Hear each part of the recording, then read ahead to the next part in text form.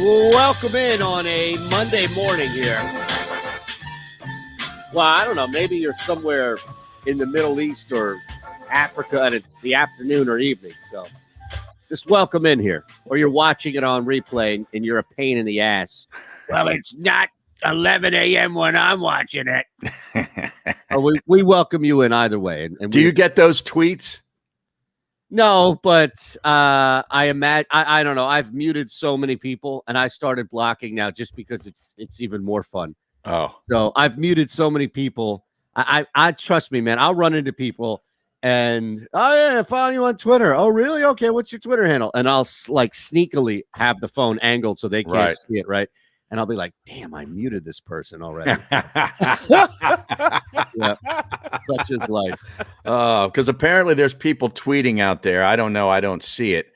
But I see people talking about people blaming Jalen Hurts for the loss yesterday. And I'm wondering how many of these people really exist? Like, is this, is it like 2 or 3 little voices out there tweeting stuff, and then other people make a big deal out of those 2 or 3 voices, and it becomes a thing that it really should never become? Yeah, I think nut. Yeah, they're nuts. So this is what we used to call the Deadspin phenomenon, where Deadspin would take something that was said on Twitter and blow it up in a headline and write this huge article about it. And then you look at the people, sometimes people, maybe one person that they're quoting, it's an egg account from Alabama with 16 followers. Right. And it's like, this person is now speaking for an entire group, an entire state, an entire fan base, an entire culture, like whatever it may be. And it's like, really? Yeah,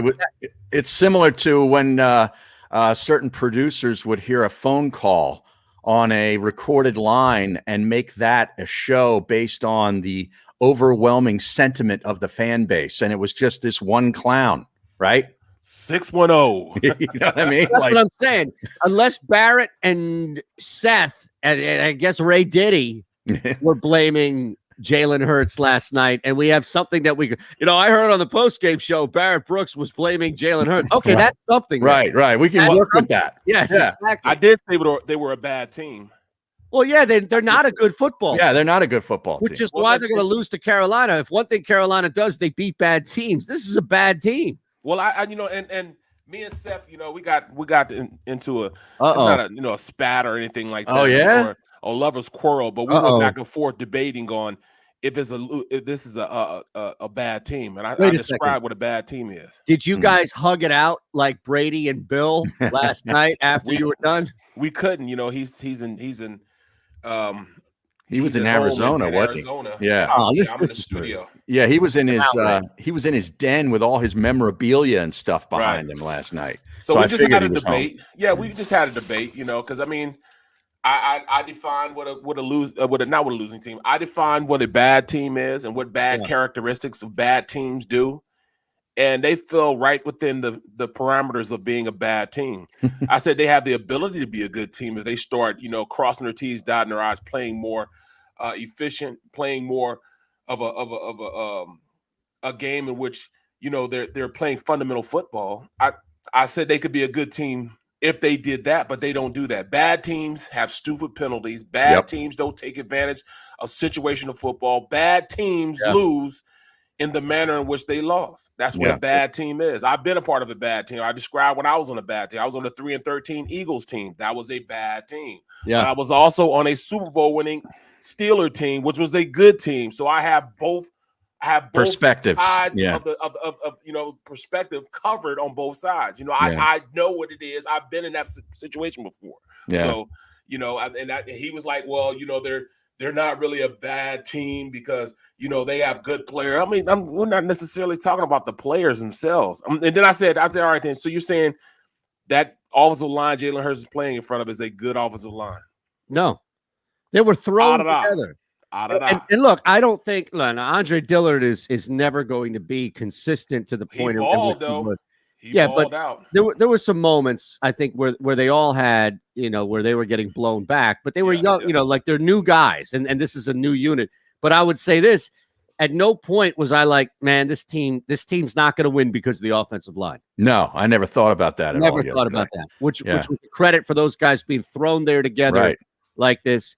And I think that there were probably, I don't know, 1.5, I would say one throw in which you would look at and say, okay, Jalen Hurts wanted that back, and that was in the end zone to Zach Ertz. Yeah, shit like that happens. Yeah. Yep. Patrick Mahomes missed the throw, right? Missed throws. It's what you do in the volume of it. But back to Barrett's point, the most infuriating thing in all of this is Nick Sirianni, Jonathan Gannon not addressing mental mistakes. And I said this yesterday that it reminded me of like a teacher sitting down a young child and saying, now this is a teaching moment, and then just getting up and leaving. Like, this is a teaching moment, and like I've done my job as a teacher explaining this is a teaching moment, but I'm not going to teach. That's where the teaching ends. Exactly. And that's why we have a team, gentlemen, that leads the league in penalties. That's why we have a team that shoots itself in the foot, and that's why we have a team in these penalties, man. Barrett, you know this. Like, Harry, we've seen this game too much to know that these penalties are stunting growth. Oh, they had 17 points off the board because of it yesterday. I mean, they had 2 touchdowns called back that turned into field goals. So there's 8 points in the differential. And then they had 1 touchdown because Devontae Smith steps out of bounds again, and that came off, and they turned the ball over on downs after that. So 17 points. It's unbelievable. So when you were sipping on your brown, you hit him with he stepped out of bounds? Yep. I heard you say that last night again. I heard an ah-da-da. Yes. We need somebody to come on. I can't imagine that Birdman or Joey B. Well, Joey's out of here. Like no, Joey's going through it right now. If you're reading the stream, he's going through it. He's like my house with all these contractors and everything else going on in his crib right now. So he's going through it right now.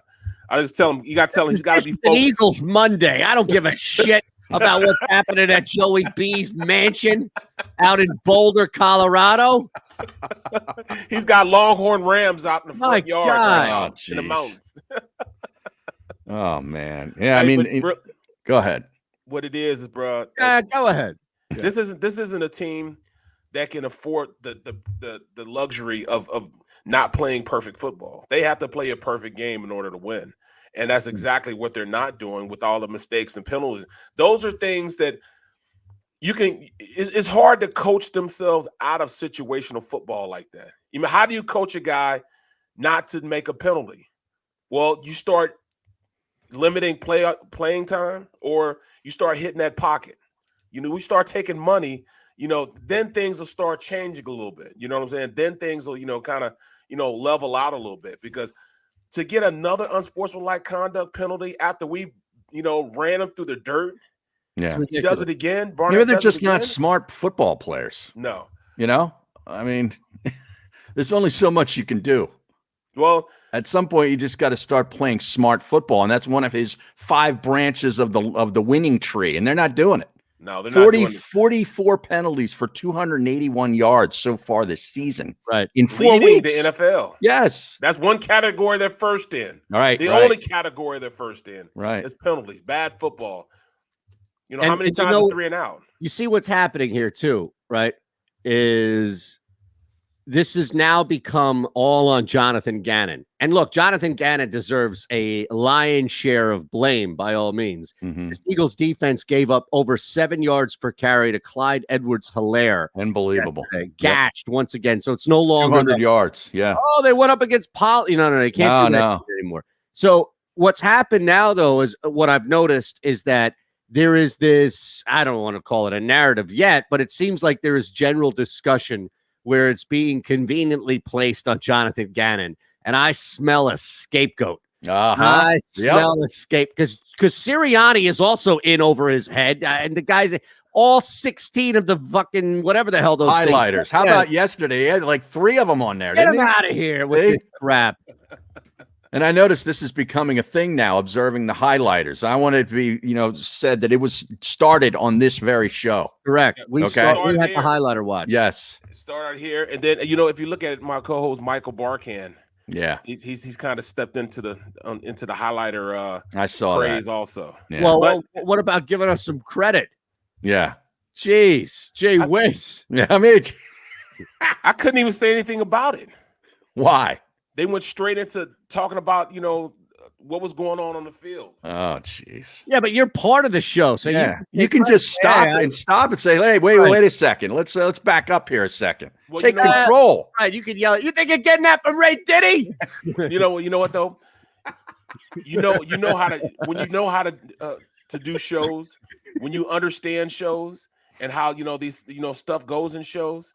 You can't really step on toes and do stuff like that because we got hard outs we got to make and all that type of stuff. So I'm trying to be, and we know, my dog Seth, man, Seth gets it going. Once he gets it going, it's hard to get him off his point and get into the breaks, man. Really hard, bro. Let's get it back to the Eagles. Right. I wonder why Rob had such a strong, as the former producer, man. Yes. He's probably saying that 50 times. Oh my God.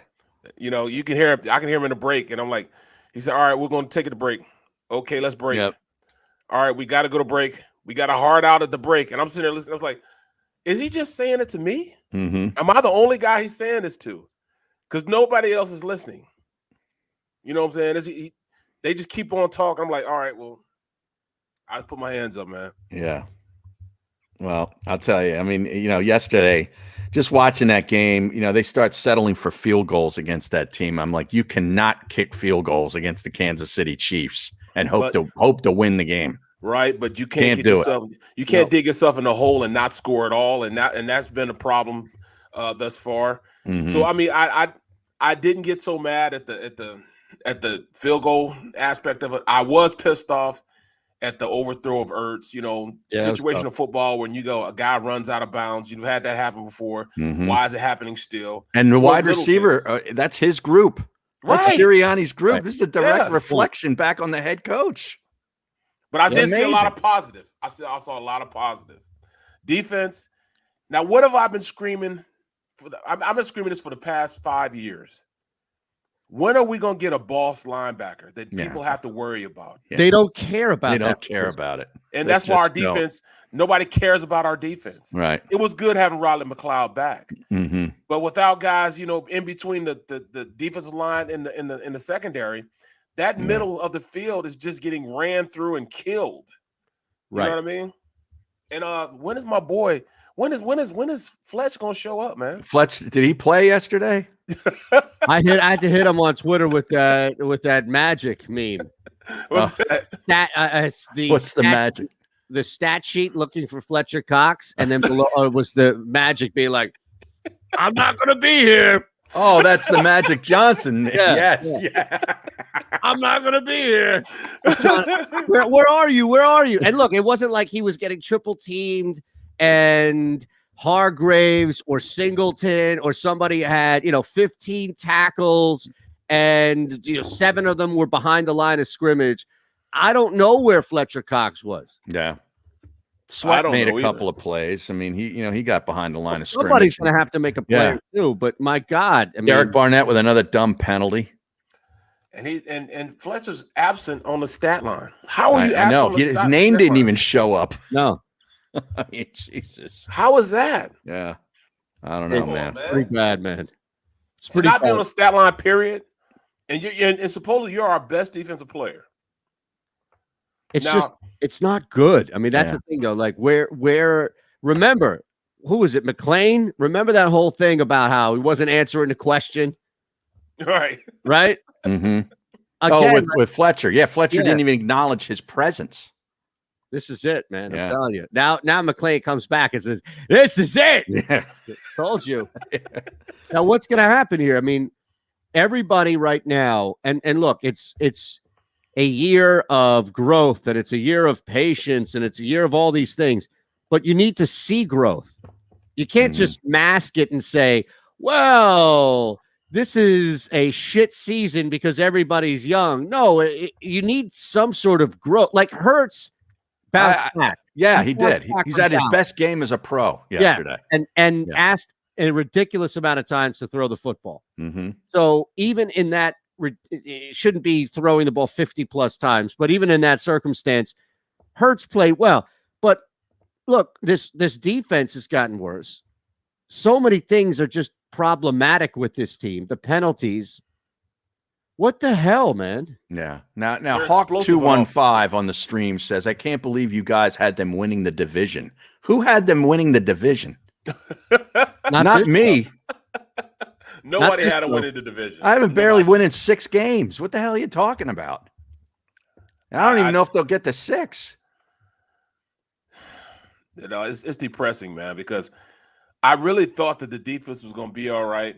Because, you know, I mean, we have 2 quality corners, you know, and I know we got lit up by Hill, but Hill lights everybody up. Nobody has an answer for the but hold on a second. No. Real quick, to your point, how often was Darius Slay on Hill?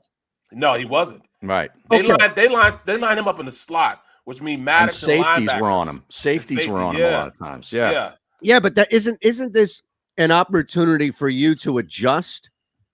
Big play as a coordinator. Play Slay wasn't on Tyreek Hill. You're telling me that at no point in the history, at no point does Jalen Ramsey ever move and cover a guy in the slot?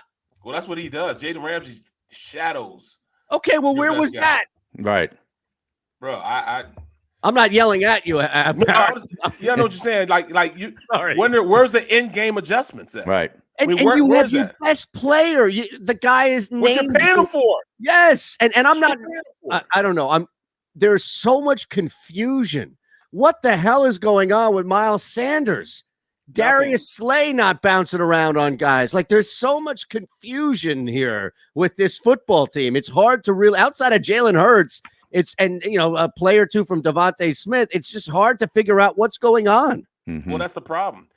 At this point, after the 4th game, you usually get your identity on what you are as a team, what your offense is, what your defense is, how your special teams are going to play. This is where you get your identity.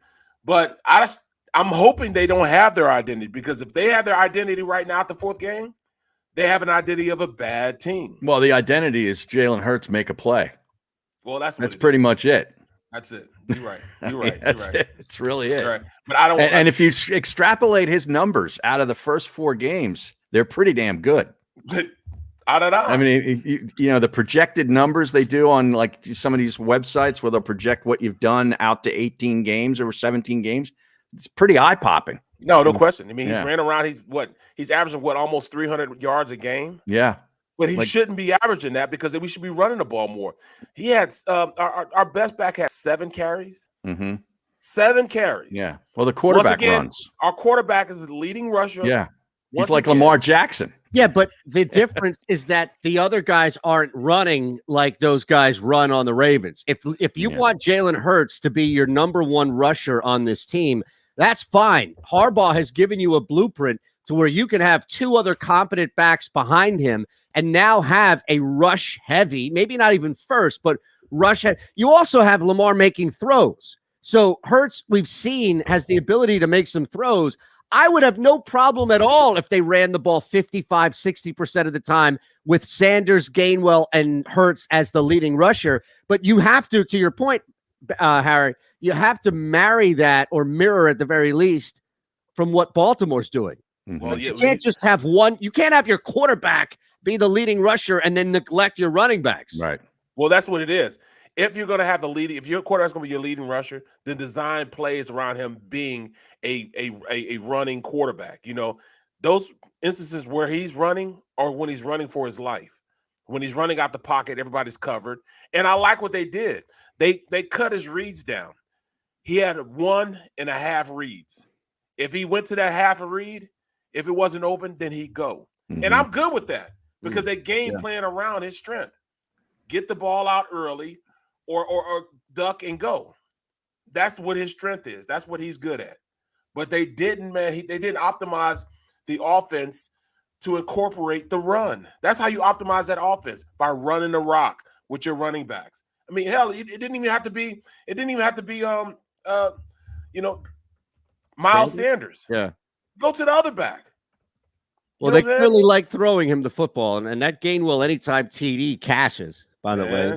Oh, yeah. Look, I think at this point, and we'll talk about it coming into the week once they're up. I don't think the props are up yet, but there's going to be some really good value on a guy like Kenny Gainwell. Oh, there's no question about that. Yep. This dude is fully involved. It's Tony Pollard, except in some case, it's like Tony Pollard week 1, where they're shading for Gainwell over Sanders. And look, what we've been told, fellas, was that Sanders can't catch the ball or was dropping the football, and they have more confidence in Gainwell than Sanders. I don't know if I'm ready to believe that quite yet. I don't believe that. I think they just like Gainwell as a receiver, even more so as a running back.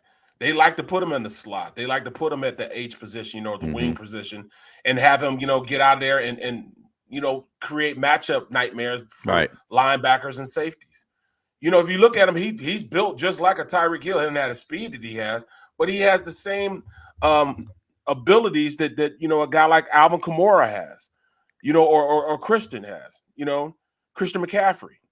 He has that same he has that same mindset that, all right, if you give me the ball in any position, I can make a play.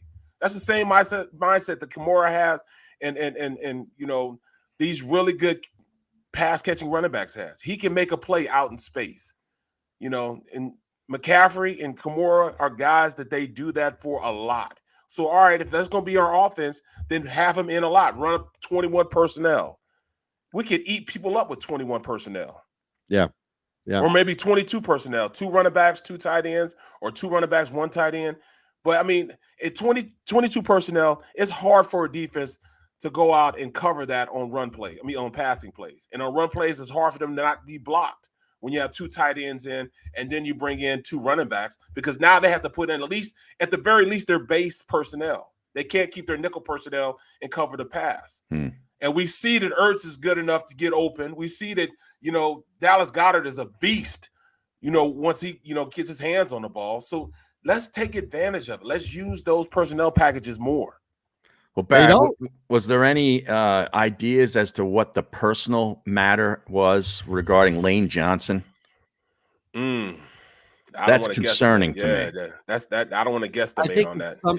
It's not something like he got in trouble. No, it's not that. Something related to his personal life, like his family. Oh, right. You think it's that? Yeah, it's not has to do with a performance enhancement test violation. No. Okay, all right. No, because apparently the Eagles were shutting down any and all questions about it. So that to me is one of 2 things. He's in serious trouble, which, look, we would have known. I mean, the public record, things like that, we would have known something was going on, or that he's going through something in his personal life that the Eagles are, and rightfully so, are circling the wagons. Because that was a pretty late scratch. Very late. Right. I mean, because day of. Well, day of. It was like, I mean, I found out doing, the pregame show during the show after I just reset the offensive line with moving Dickerson here and putting in, Driscoll at right guard. And I'm thinking, okay. And then all of a sudden Lane Johnson's out. I'm like, what? Yeah. And I went in with my, my notes and everything. I'm going into the pregame show. I'm like, all right, this is my pregame show.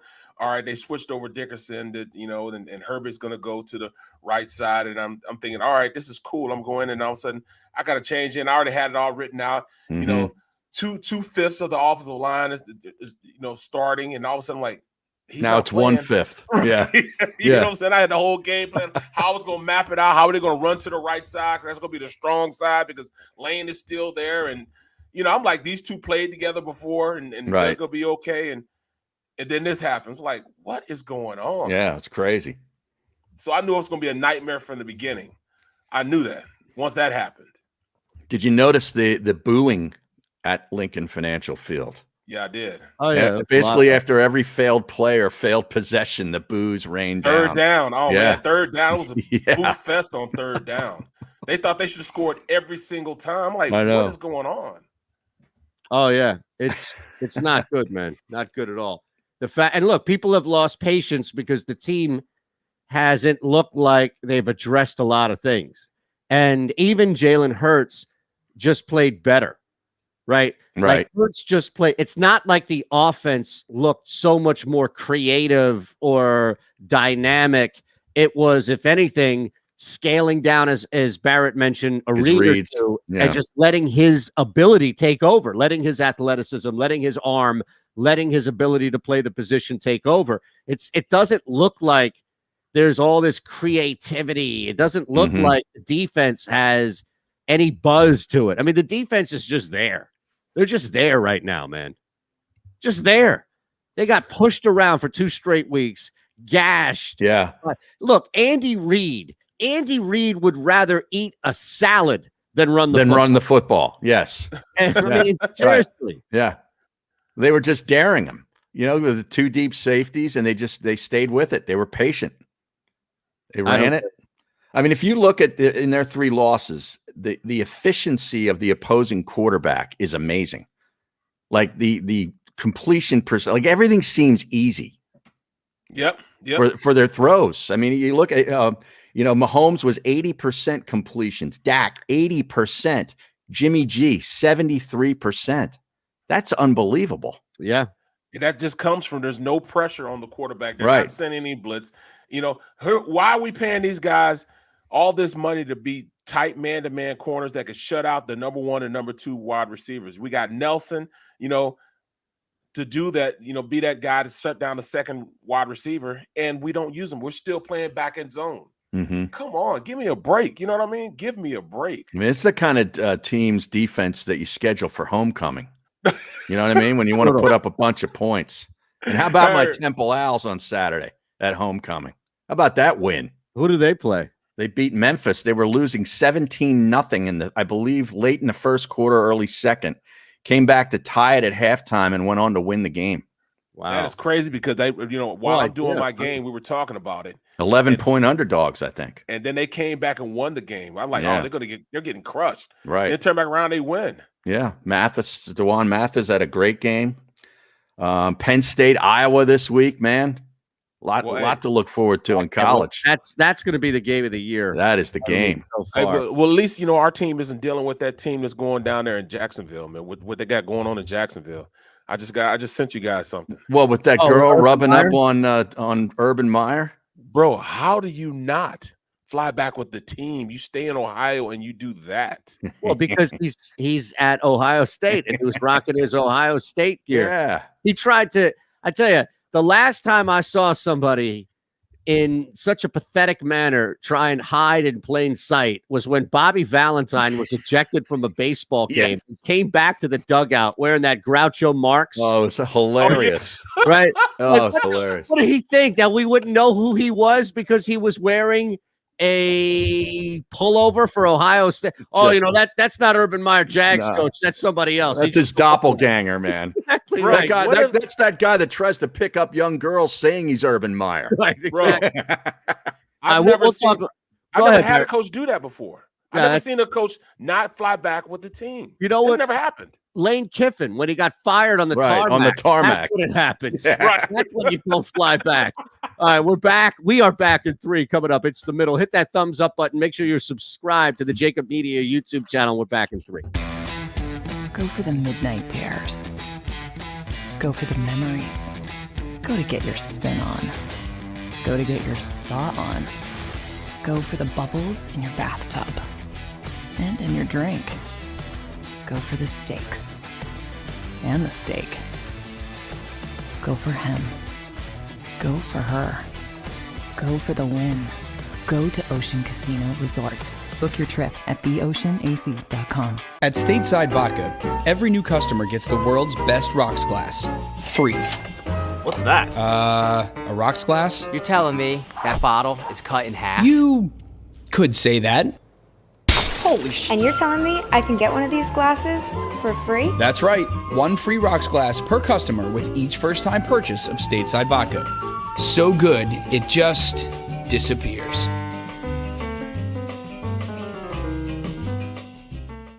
The savoring taste of a good bag of beef jerky is so enjoyable at any time of the day, as long as you can find it. Here's what we suggest. Pure Bull Beef Jerky is our answer, and soon it will be yours. Locally produced in the Philadelphia region, this high-quality, healthy protein snack is easy to secure. Go to steersnacks.com, and you'll see hot garlic, tropical heat, Pure Bull dry rub, and our favorite, Huck and Fod. What's that? Huck and Fod. Go now to steersnacks.com. As a hardworking American, you've never experienced how tough life can be until now. A catastrophic injury while working on the job. A personal injury from someone else's negligence. Turned away by other law firms in the region who didn't bother to learn your story. It's time to meet the Fritz & Bianculli Law Firm and managing partner Brian Fritz. Badly injured? Call the Fritz & Bianculli Law Firm. Find out why they say, we got this. Go for the midnight dares. Go for the game. Go for the hits. Go for the fans. Go for the win. Go to Ocean Casino Resort. Book your trip at theoceanac.com.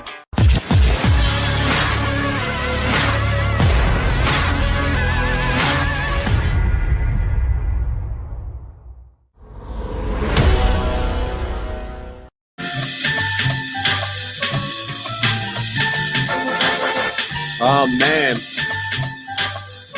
this guy's. That's it, man. It's got to be it on the way out, right? For Urban? Yeah. What do you think? This is his way of crashing it so he can go to USC? Probably. Is that what you're thinking? I think, because I think a lot of people are thinking that. I see where he says, "I just apologize to the team and the staff for being a distraction. It was stupid. I explained everything that happened and owned it. And, just stupid. Should not have had myself in that kind of position." He said that there was a big group next to our restaurant and they wanted me to come over and take pictures. And I did. They were trying to pull me out on the dance floor, screwing around, and I should have left, end quote. So that's how he describes the viral video. what about apologizing for the game plan on offense Thursday night? I mean, don't you think the players would rather hear that? They had a chance to win that game. They almost won. Yeah, in spite of Urban Meyer. I assume he's calling the offense, right? Not the defense? I'm not sure. I don't know. I don't pay that much attention to Jacksonville. Oh, I'm telling you. Except Trevor Lawrence didn't turn the ball over for once. There you go. Yeah. That's another won the game. They played good enough to win that game too, man. Yeah. How about everybody talking about this Jets team, the Jets quarterback? Yeah, whatever. Oh, that's the boy right there. Oh man, he made an unbelievable throw. That was an absolute disgrace. The Tennessee Titans. I don't even know how you could think about this. The Tennessee Titans went into that game and lost. They were beat. The Jets and forget AJ Brown and Julio Jones, all this other shit. They put up 24 points. Their defense was getting pushed around by Zach Wilson. Yeah. And Corey Davis. Oh, the revenge game, right? For Crowder. Yeah, get out of here. Oh, yeah. That's what was missing, Harry. This entire offense was missing Jamison Crowder.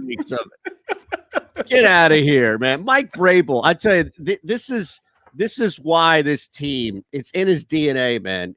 We saw this in the playoffs. They have these great moments, and then they just wilt. That team deserves nothing. Can't you just be happy for the Jets? And No, the Jet fans and Dan Schwartzman. Who cares that they get 1 or 2 wins this year? They don't matter. Well, that sounds like us. Yeah. Well, how about the Giants? We called that. Yeah, that was one of my plays. That's all they do is cover. Yeah, man. And then they win the game. Well, that's the thing. I think there was 12 or 13 straight road games in conference that they covered. Mm-hmm. So just taking them to cover was one.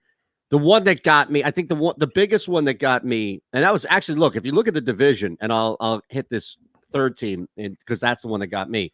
But everybody won except the Eagles, right? Right. The Cowboys, who took care of business, they held off Carolina. Ran the football really well. Amazing, Dallas. right? Yeah. And Dak is what is going on? Dak might be the most accurate quarterback in the NFL right now. Yeah. He didn't have to throw it much, but when he does, he's dead on and he's throwing for touchdowns. Remind you of anybody else? Yeah. We saw that with Mahomes. Right. Sorry, Barrett. Oh, he's good, man. And at the end of the day, you look at what they ask him to do. He plays well within the framework of what his skill set offers, man. Say what you want to say. I like that offensive coordinator, man. Maybe we, we should have looked at him a little more. You know what I'm saying? We should have looked at Moore a little more. Yeah, Kellen Moore. Kellen Wow. Moore, absolutely. I think there's validity. Well, I mean, think about it. They have a beast running back, and they're starting to feed him. Imagine that. That sounds so great, man. So perfect. Oh, and how about they go and draft linebackers in the first and second round. Right. You know what I mean? How about that? Leighton Vander Esch, Jalen Smith, Micah Parsons. All those guys were drafted first 2 rounds. Mm-hmm. Yep. First 2 rounds.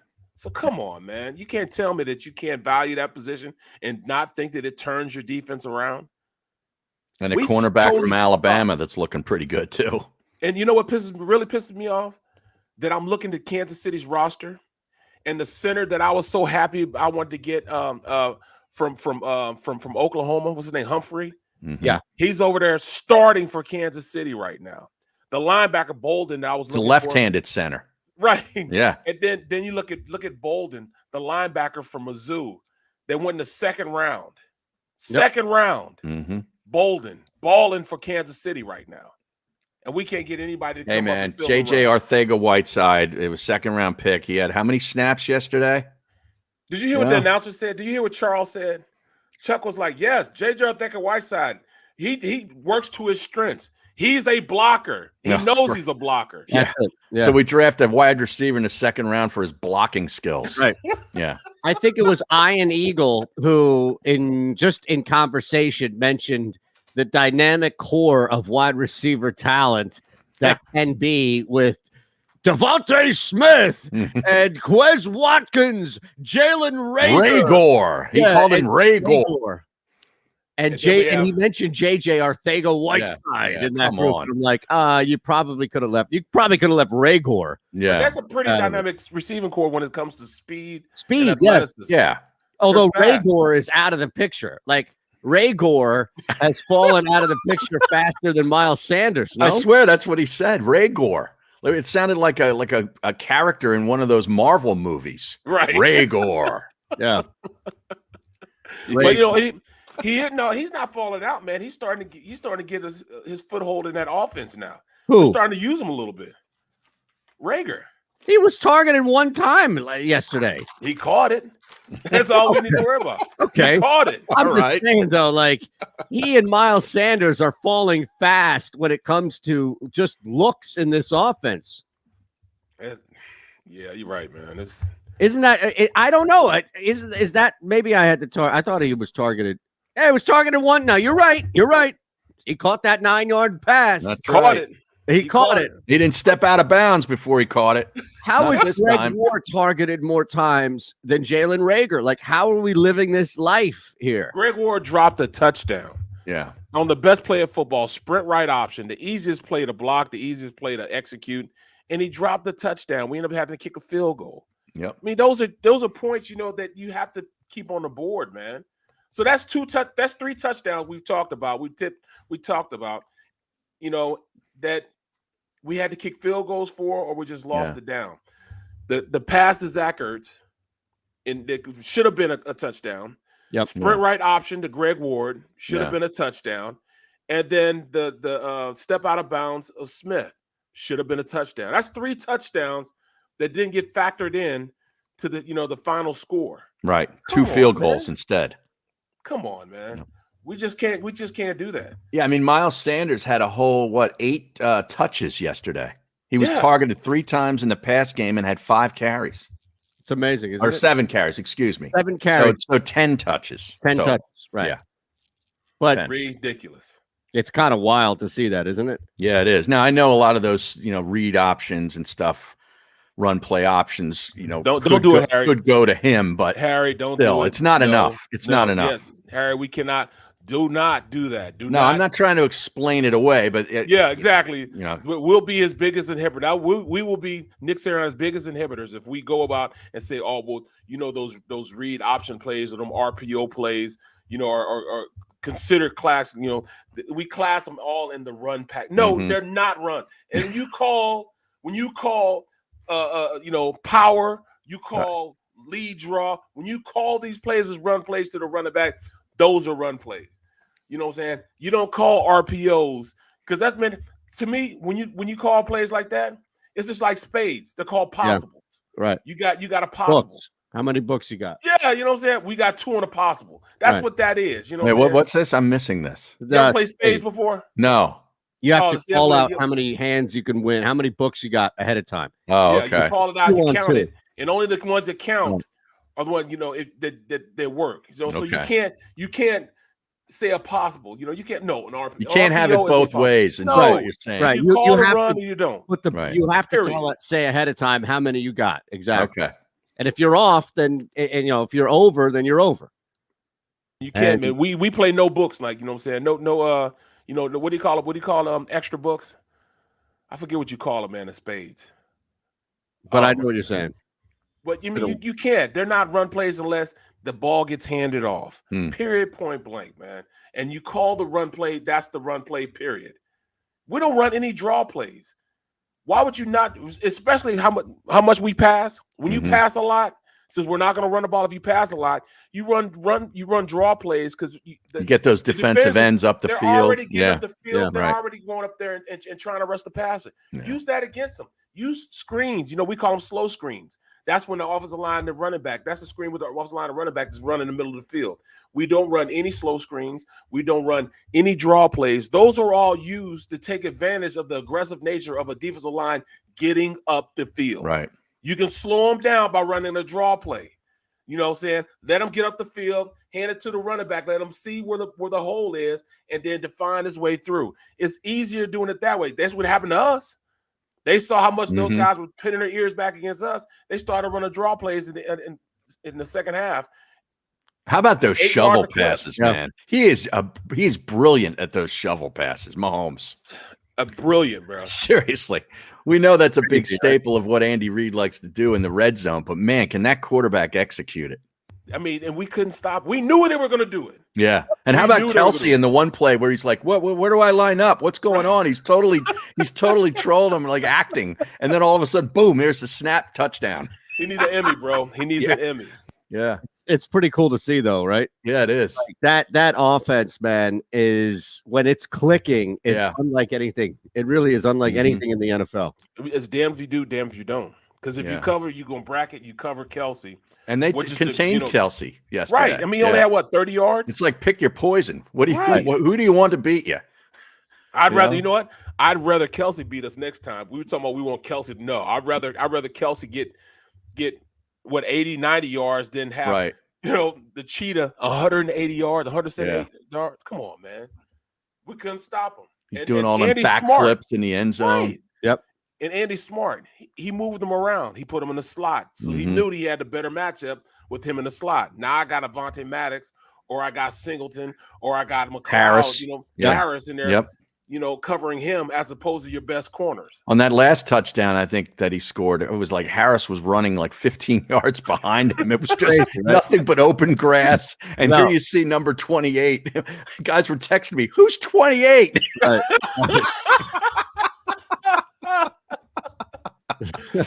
Ridiculous, man. Ridiculous. And you know what? It was the route's not even complicated, man. They just tell them, here, run across the field. It's nothing but drag routes across the field. Here, run this drag route across the field. We know you're going to get open because nobody can, once you turn it on, nobody's going to be able to, step for step with him, stride for stride. He's gone. He's out. You can't have anybody over the top.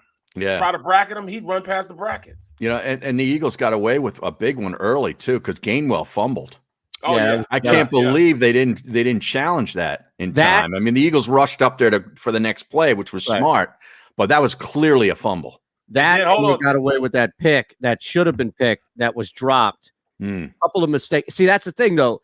It could have been even worse if those two mistakes carried over. Now, different circumstances, but the end result would have been mistakes.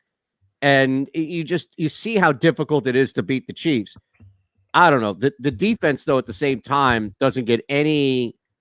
It's hard for me to say, well, you went up against the Chiefs, so they're okay. You gave up 40 the week before, and you don't look like you've improved at all. 200 yards rushing is the biggest culprit of all. 6-7 yards a crack, too. I mean, Hilaire is over 7. At one point, team was over 7. Mahomes was a more effective runner than anybody on the Eagles outside of Jalen Hurts. How is that possible? Yeah.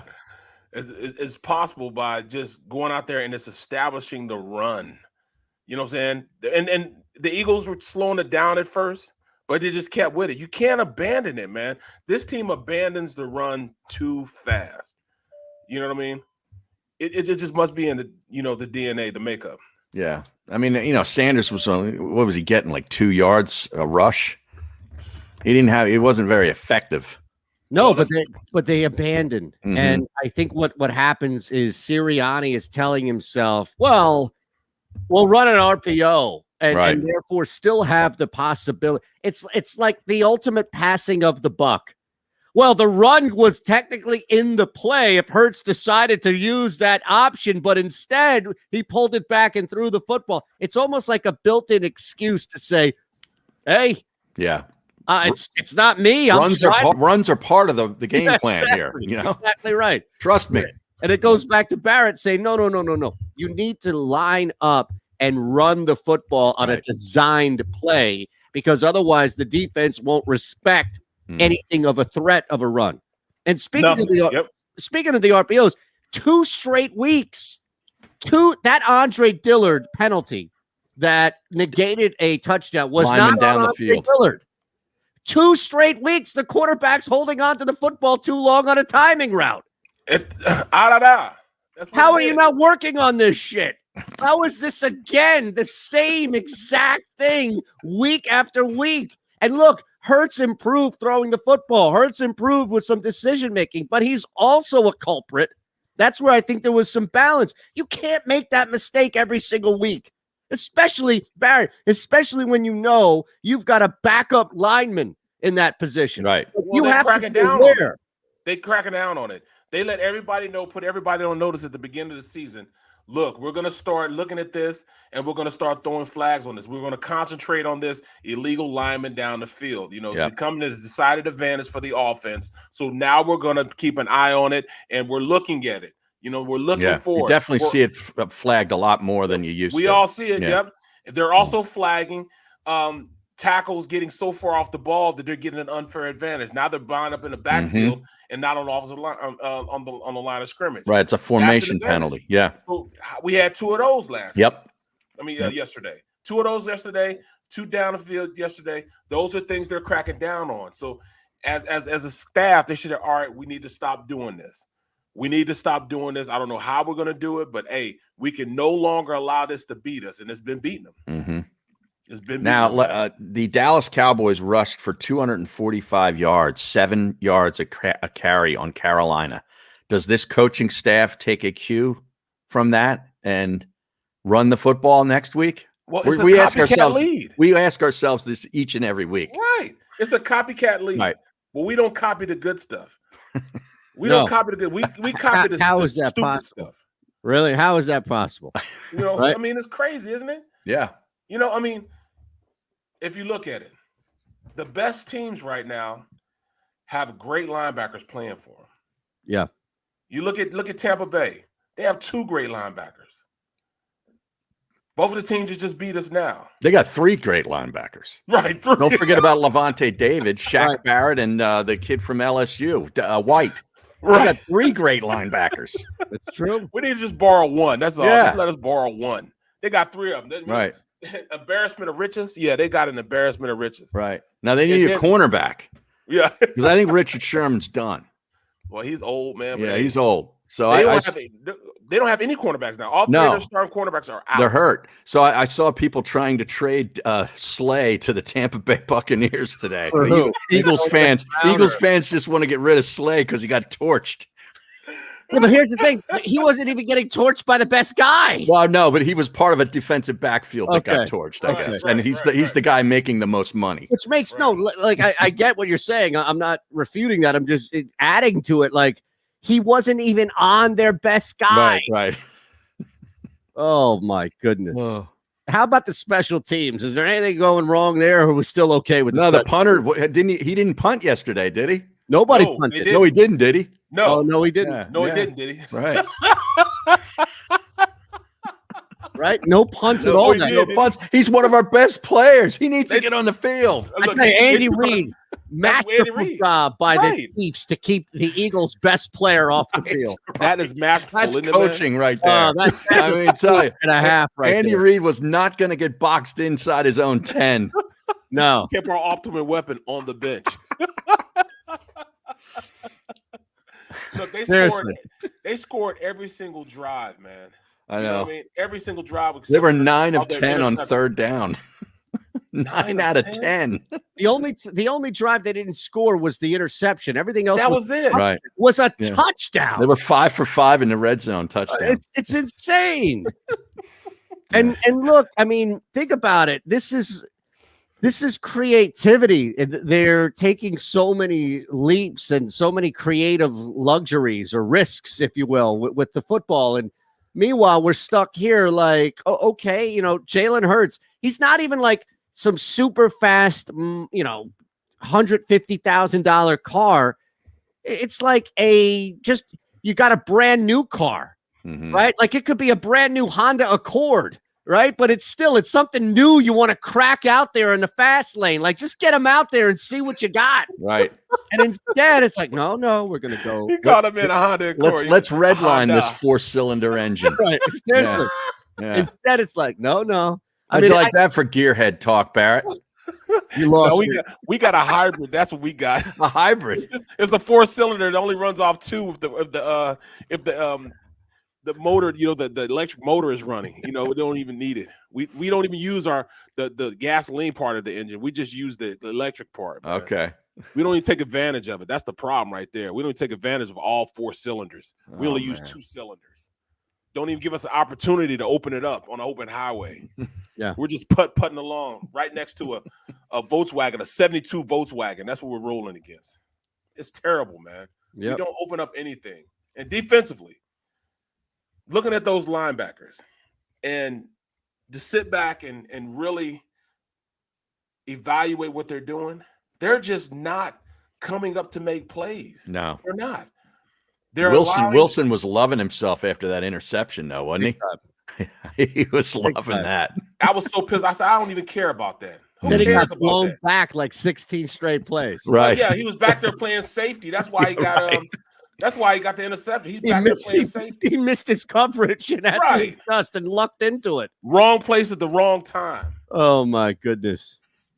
I mean, I'm gonna do a breakdown. In fact, you know what? That's what I'm doing baritone on. I'm doing baritone on linebacker depth and how you're supposed to play as a linebacker. That's what I'm doing my next baritone on, man. Just so I can describe. As a linebacker, you have a triangle. Right. And the triangle is you're looking straight, you're looking at, and you look at the 2 guards, and your reads will go from the 2 guards to the ball. You know what I'm saying? So as the ball gets snapped, whatever those 2 guards do, you react off of it. So if you got that front side guard, if you see that front side guard double teams, you instantly got to go downhill to stop that double team. That way, when you get there, it gives one of you guys an opportunity, whether it's the double team on the 3 technique or you to make a play off the one-on-one block. See, when you double team, he gets pushed back into and put on your lap. That means, that double team is blocked 2 guys. But if you go up there and initiate contact with that double team, that means one of those guys have to come off you. Now it gives one of you the opportunity to beat your man. You're in your gap. They're not going to go through your gap because you're in your gap, and gives you an opportunity to beat your man in that gap to go make a play. If you have a double team, it gives them autonomy to cut off that double team. Now you're wrong either way you go, because if you go on the front side, they're going to block on the front side. He's going to cut it backside, right? And vice versa. So they have to make sure they initiate contact and run through the double team on their way to the ball on run plays. Period, man. It's easy, man. If you've been doing this since high school, they teach you this in high school, right? And I would think that as you got to college, you got even better at it, which is why you get drafted in the NFL, because now you understand how to react off of it. But they don't do it. Yeah. We talk about impact tackles. When an impact tackle is a tackle that happens if the line of scrimmage is either 3 yards behind the line of scrimmage or 3 yards beyond the line of scrimmage. If you get a tackle within that barrier right there, that means that's an impact tackle. We don't have any impact tackle. All our tackles are 8 yards downfield. 5 yards downfield, 12 So you yards stuff the downfield. stat sheet, but it's like, hey, these guys are getting 7-8 yards of crack, and then you're making a tackle. Big deal. So that's a hollow tackle. Yeah, Right. you stopped them from scoring, but you stopped them after the first down has been made. So it really isn't accomplishing what you're really trying to accomplish. Right. And that stopped them on third down, stop them on second down to keep from getting a first down. Well, that's what I'm saying. The defense doesn't get off the field. It happened in San Francisco with the San Francisco game too, and those 2 drives that went 90+ yards. Right. You know, crazy, man, crazy. And it's simple football, man. Simple football. What do you think Jim Schwartz was doing? Was he watching that game yesterday somewhere? He must have. You really think that he would be watching this game? I don't know, man. Heck no, man. Jim Schwartz is having him some single malt scotch, sitting back, puffing a cigar, you know what I'm saying, in a big mansion somewhere, or, you know, high siding with, you know, with rich folks, man. You know what I'm saying? Rich folks. Yeah, man. You know why? Because he went to Georgetown? Yeah, man. You know, he's a bougie dude, man. You know that, man. Oh, yeah? Oh, yeah. You know, he used to have his Ray-Bans on, you know. Oh, wow. Around, you know what I'm saying? Wow. He's one of those guys that strut around, man. You know, he thinks he's too sexy for his shirt. Wow. Yeah, man. You know that he's one of those guys, bro. Yeah. Wow. Is he sexier than Urban Meyer in a bar in Columbus? Yeah, see, that's too trashy for him. That would be too trashy for him. Yeah, he's not going to stoop that low. In fact, he would hang out with our ex-manager, who's now in with the Giants right now. Those two can hang out. They hang out at the same places, bro. Oh, you're talking about the baseball manager? Yes. Oh, he was talking about. Well, I don't know. I was just trying to figure this out. I didn't know this side of Jim Schwartz. Man, come on, man. He's a good dude, man, but he's a bougie dude, man. That's what he is. That's what he is. We never get nice things, bro. We never get nice things. Never. You know what I'm saying? I want somebody who's gonna go out there and just be an ass kicker, man. You know what I'm saying? Just want to hurt people, bro. We don't have that type of guy right now. Well, why do you think that is? Because the owner's a bougie dude. That might be the case. You know? That might be. Sometimes you know, remember the old Notre Dame against Miami? Yeah. You know, sometimes we need some convicts versus the Catholics. Yeah. Catholics versus the convicts. Yep. Yeah. Sometimes we want I want some convicts, man. All those convicts are basically first-round picks and eventually in the NFL. All of my Hall of Famers. All of them. You know what I'm saying? HOF. They're all Hall of Famers, bro. I want a Hall of Famer. I want a convict, man. I want a guy who can go out there and spit on you, whatever it is. You know what I'm saying? I want a guy that's like that. You know, he's just gonna not take anything, smack you, you know, everything. I want that. I want that. Okay. I'm with you. All right. No argument there. Maybe look, from your lips to Howie's ears. Hold on, Ray Lewis, convict. Yeah, right. Ed Reed, allegedly. Convict. Yeah. Well, Ed Reed was convict. Was Ed Reed arrested? I don't know, but he played. You could be held liable. He's from New Orleans, Louisiana, man. He's got to be tough. Right. Yeah, but you could be tough and still be like Warwick Dunn is from New Orleans, and he's a tough son of a bitch, man. Yeah. But at the same time, But he was a good guy. Yeah. You could be a good guy, and I'm just talking about those Miami guys. Barrett's from a rough spot, and he's a good dude. I have to be, bro. My mom didn't play that. No, you know what I'm saying. My mom was, bro. My mom, convict. My mom didn't play, bro. Man, my mom, she used to carry a side piece, man. She was. Oh yeah. Oh man, she used to call her a snake charmer, a 38 special. There you go. Carry it. Wow. In her purse. Hold on, I believe so. Yeah, and she good. don't carry it in her purse, bro. It's not in her purse because she can't get to. It's on her person. Yes, it's on her person. Not in her purse. Oh, look at that. My mom used to have. Going to Walmart, you think this old lady's going to Walmart not strapped? You got another thing coming. My mom used to have a pistol back in the day, but she used it for something different because when we lived in City Island in the Bronx, we had this major pigeon problem on these houses. So you had to pull the strap out, if you will, and pop at a couple of pigeons. Really? And, yeah, I mean, and look, if we were the only non-Italian family in the entire island, so nobody ever had a problem hearing some gunshots. It was kind of just like, yeah, okay, you go back to doing what you are. But so you actually lived on City Island? Absolutely. Oh wow. Yeah. Arbor Street and what was the one that my mom lived on? Yeah, my parents got divorced and they both lived on the island. No kidding. Initially, and then stayed there. Then my dad moved to Pelham. But yeah, my mom used to pop pigeons. or at least fire at the pigeons. Wow. Yep, back in the day. No, See, my mom wasn't trying to hit no pigeons. No, that's just be ready for it. Ready for it. You never know what you're ready for, man. Right. All right. I was trying. I'm sure we have a story at some. I'm sure your mom has carried a gun at some point to make the triumphant here, to complete the trifecta. She's probably shot. She used to shoot shotguns. There you go. Got his gun, buckshot. Yeah. All right. 410 gauge. Exactly. 12 gauge. Oh my. See, that's what we need. We need one of these coaches walk around with a handgun. Mm-hmm. Something like that, you know? Back in the day, Sirianni walks into the locker room strapped. I think people stop jumping off sides, right? Instead, he's got 3 highlighters hanging from his visor. Seriously. Unbelievable. What is that all about? We need to address that. Oh, my goodness. Unbelievable. All right, it's the middle. Hit that thumbs up button. Make sure you're subscribed. We're back at 3. Go for the midnight dares. Go for the memories. Go to get your spin on. Go to get your spa on.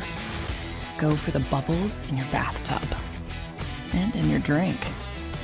Go for the steaks and the steak. Go for him. Go for her. Go for the win. Go to Ocean Casino Resort. Book your trip at theoceanac.com. At Stateside Vodka, every new customer gets the world's best rocks glass. Free. What's that? A rocks glass? You're telling me that bottle is cut in half? You could say that. Holy shit. And you're telling me I can get one of these glasses for free? That's right. 1 free rocks glass per customer with each first-time purchase of Stateside Vodka. So good, it just disappears.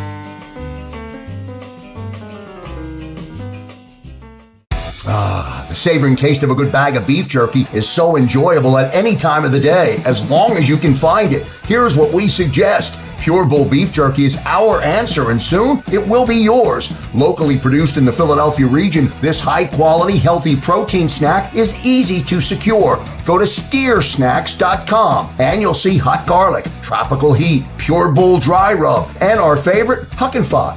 What's that? Huck and Fod. Go now to steersnacks.com. As a hard-working American, you've never experienced how tough life can be until now. A catastrophic injury while working on the job. A personal injury from someone else's negligence. Turned away by other law firms in the region who didn't bother to learn your story. It's time to meet the Fritz & Bianculli Law Firm and managing partner Brian Fritz. Badly injured? Call the Fritz & Bianculli Law Firm. Find out why they say, "We got this." Go for the midnight dares. Go for the game. Go for the hits. Go for the fans. Go for the win. Go to Ocean Casino Resort. Book your trip at theoceanac.com.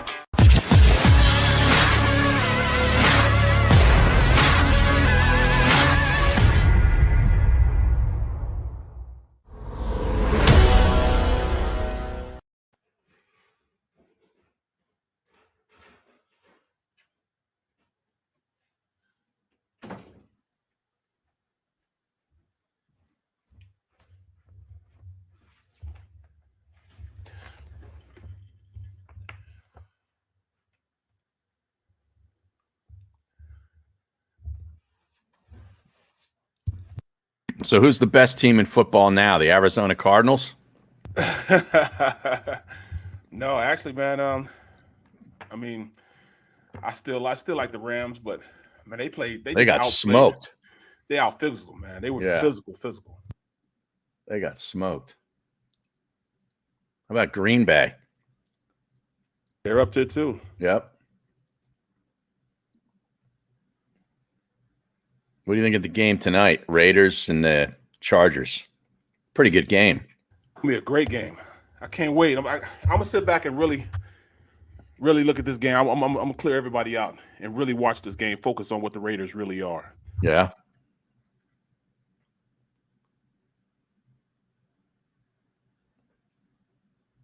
Man, what is happening with my internet right now? Is everything working at your place? Yeah, it is. Everything's cool over here. What the heck is going on here? Can't open anything up. Are they really this 3-0 team? I think they're pretty darn good, man. I like that tight end a lot. Bro, he is the truth. Yeah. Where's Eytan? Where'd he end up? We've often asked that question, though. What happened? We were just finding out where you were. What do you mean?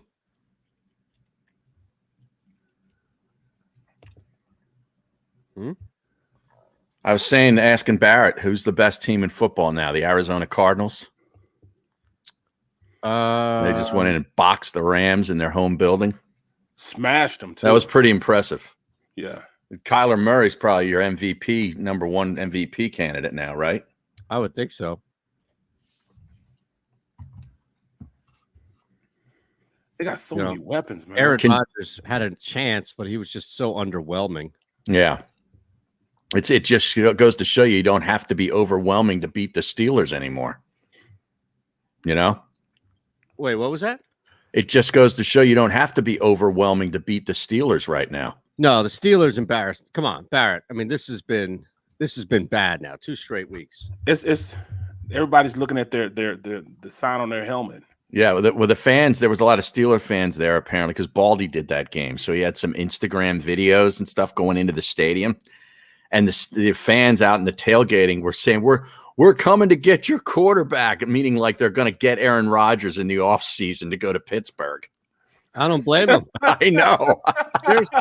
Look, I think I can't believe I'm saying this, but the Steelers offense makes the Eagles offense look like something out of Mike Martz's playbook. I mean, my goodness.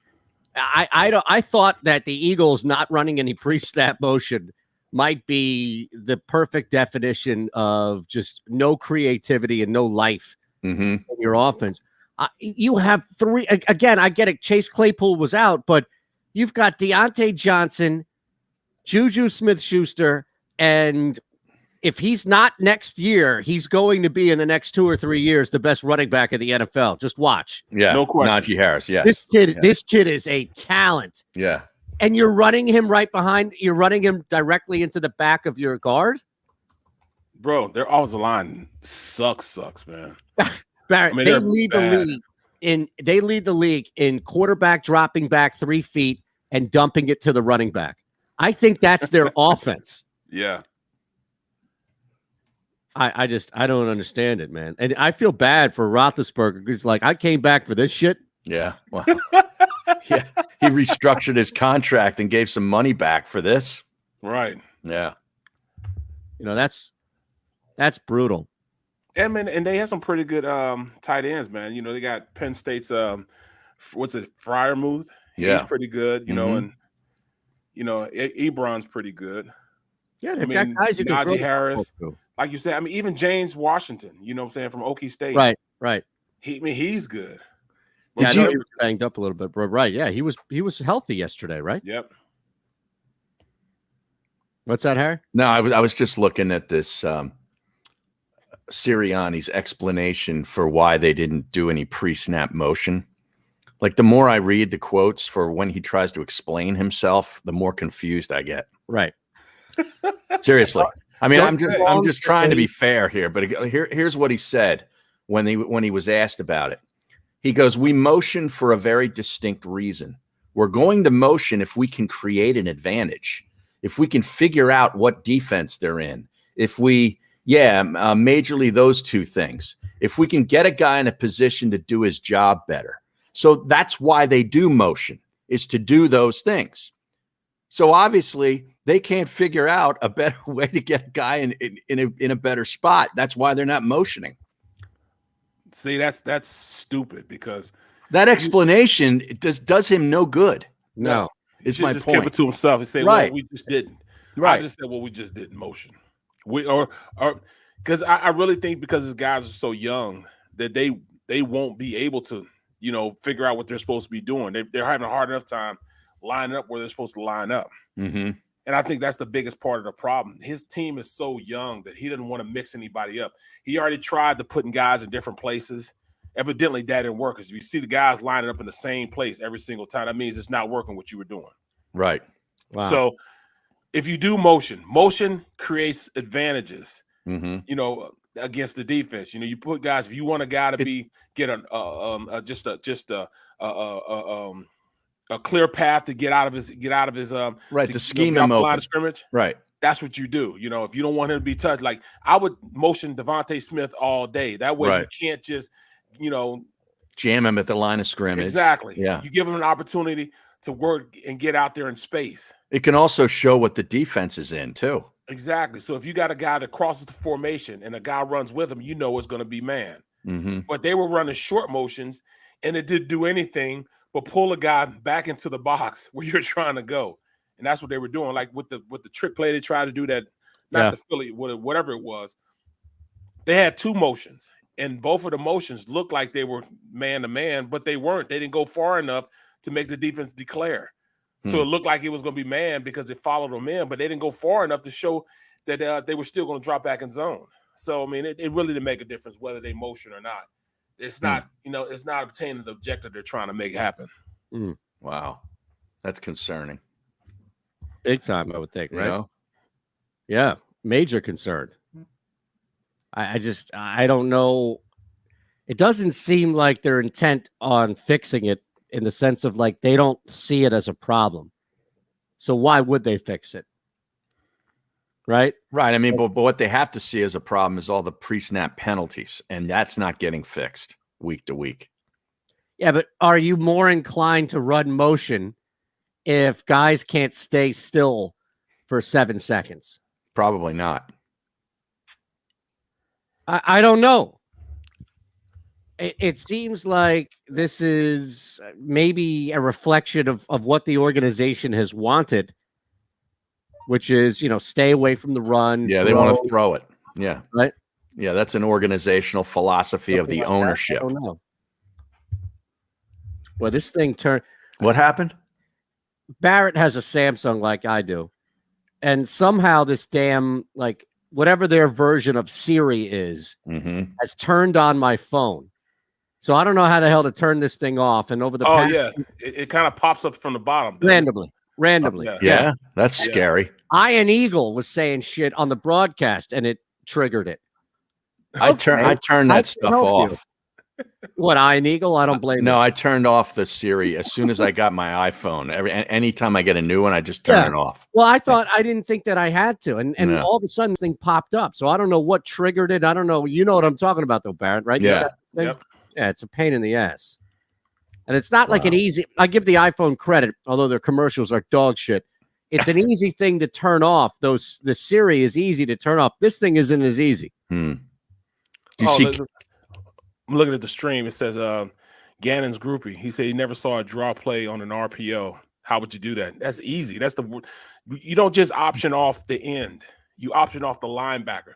So if you run at a draw play, so he rolls through with the draw motion, they invite the defensive line up the field, and as he's reading it, going across, if that linebacker stays in the hole, then he just he gives it to the running back, and that way he can get up on the linebacker, and at least get 5 yards. But if the linebacker moves when he moves and he moves out of there, then you throw the slant on the backside to the receiver. So they're optioning off that linebacker as opposed to optioning off the defensive end, because the offensive tackles, they'll block those linebackers and get them up the field for the draw play. But then if that linebacker stays in the hole, you hand it to the running back. That means he stays at that level. Now he's guaranteed to get 5 yards. But if he just, if he holds and he crosses the line and he follows that running back, then you throw it where the vacated linebacker goes. You throw the backside slant to that guy right there. A lot of teams do it, especially in college.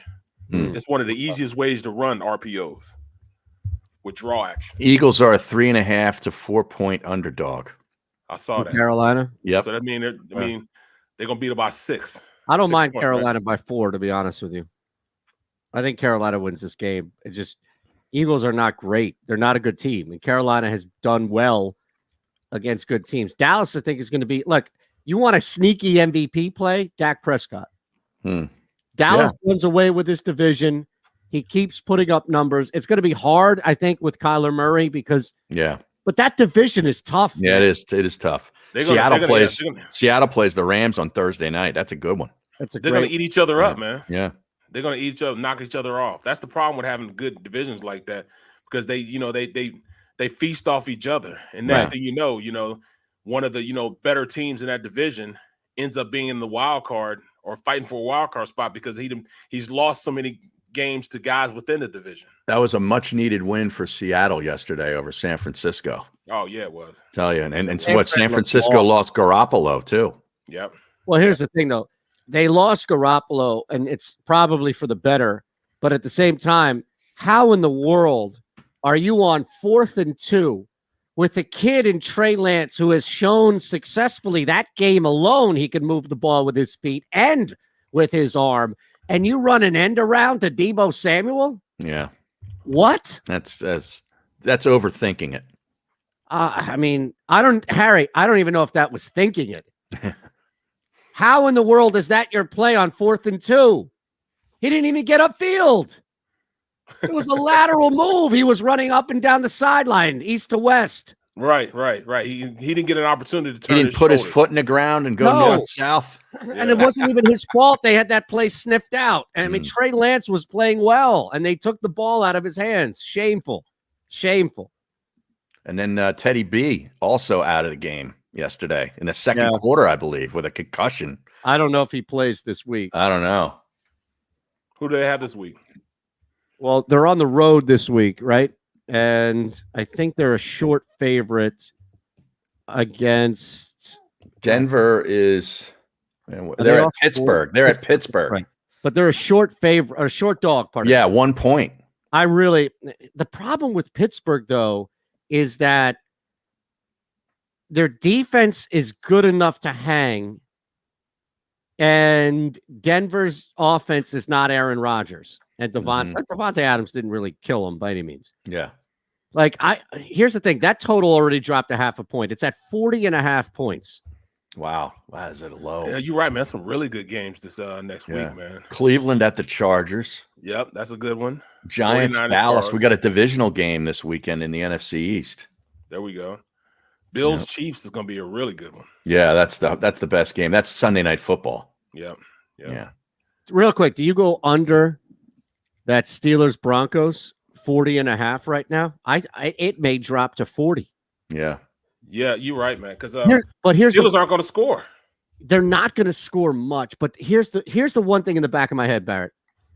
You still have all these playmakers out there. Is Claypool back, or is he definitively out? I don't know either. You have all these. You have now both defenses, I think, are the strength here too. But here's the one variable that I don't know what to make. If Drew Lock plays this game, they will go downfield. They'll take shots with Drew Lock. They won't take shots with Teddy Bridgewater, but they'll take shot. Now, Drew Lock could also throw 3 picks easily.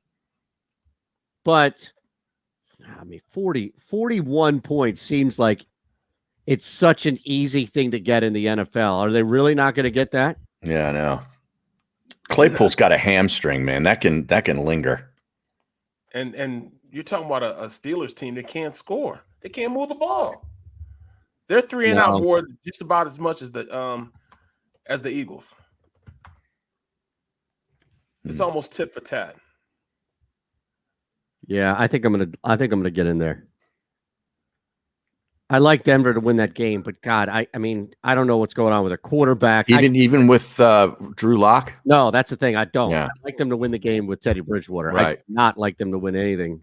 Wow. With Drew Lock. The Jets might get another win next week. They're at Atlanta. I had them at +4 to open the week up. Did that drop at all? It's 3.5. Okay. I imagine that's going to drop to 3. Atlanta, I mean, Atlanta getting 4 points at home or laying 4 points. At home. Yeah. That team is tough to figure out.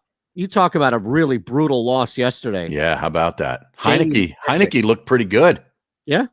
McLaurin was a stud. Yeah. And they're running the football. You know, Gibson, and they clearly have found this role this year for McKissick. Mm-hmm. And there's balance in the backfield, right? Yep. McKissick, man, he's one of those Debo Samuels type of players, man. He does everything for him. You know, out of the backfield. Yeah. Daniel Jones had 400 yards passing yesterday against the That's Saints. crazy. Watch out, man. I'm telling you. Now, I really believe that that Hurts probably is a pretty good fantasy player, isn't he? Oh yeah, absolutely. Oh yeah, because he runs the ball too. Right. Yeah. Oh yeah, he's a very good. He's a good player. He's a guy you would play a lot of cash games because you're guaranteed points. Right. Because he's gonna throw about 300 yards. He's gonna give you about 60 yards rushing, 50, 60 yards rushing. Throw a couple. And he hasn't turned the ball over a ton either. Yeah, you'll get the trash touchdowns at the end of the game when they're losing by so much. You know, he'll get those type of touchdowns. You'll get a couple of big runs too because the defense is so soft that if they're down, then you're guaranteed him to tuck it a little bit. Plus, we know that he tucks it quick. Yeah, he's a what'd you say, a 1.5 read guy now? Yeah. Yeah. And that may be by design, right? As you were saying. That's what Barrett was intimating. Right. Yeah. Right. I think so, man. They're gonna be down, bro. They're gonna be down. How do you not go under on that Bills game, by the way? Bills Chiefs? Yeah, it's 56.5. Wow. I mean, Buffalo's defense. Their defense is good. Where they have 2 shutouts in a row? Yeah. Well, granted, against bad teams. No, I know. But I wouldn't think that because I would go over on that. 57, man. Well, I mean, the Bills are going to score a ton of points. Yeah, they can score on Kansas City's defense. Yeah, they'll score a ton of points. It just feels like a letdown. Kansas City with a big win. The Bills have just been steamrolling bad teams. It feels like a letdown. Kansas City did not have a big win. Yeah, it was the Eagles. Saved their season. It was Andy Reid's 100th win. Look, exactly. Andy Reid's 100th win. It saved their season. They're 2-3 as opposed to 1-4. Or no, they're pardon me. They're 2-2, right? As opposed to 1-3. Yeah. So while it wasn't against a good team, Barrett, that win internally saved their season. They would have been cooked at 1-3. I talked to a guy from Arrowhead Pride yesterday who said that they were panicking in Kansas City already at 1-2. No, we just talked to Soren Petro. I'm telling you, that's what this guy said. He's the Missinelli of Kansas City. All right, come on, Arrowhead Pride, get out of here with this. He's the Missinelli of Kansas City. Yeah, and in the good qualities. Oh, okay. Because take the good qualities, Mike. He's the. Now are you muted or are you just not laughing? No. Oh.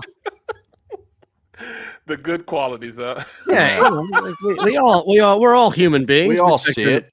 Yeah. Now I haven't seen the new. I've just seen the parking lot one. Oh yeah, right? that's a great one, man. What are you talking about? No more parking lot talk. No more parking lot talk. Oh, for the new commercial? Yeah. Yeah. Can we not talk about leaving until we get in the stadium? Right. He said, yo, you park right here, right out. Yeah, that's me. I've been like that since I was in my 20s. Just finding the exit first? Yep. Key parking location to get out of there. I think that's good strategy, though. Exactly. Unless you're planning on hanging there for an hour or two after the game, I think that's good strategy. Mm-hmm. I was always a leaver. I'd always leave a little early. Oh, yeah, you're a leaver? Oh, yeah. You're one of those leavers? Oh, yeah. Wells Fargo Center, Sixers game, Flyers game. You'll see me ducking out of there, getting out of there before anybody.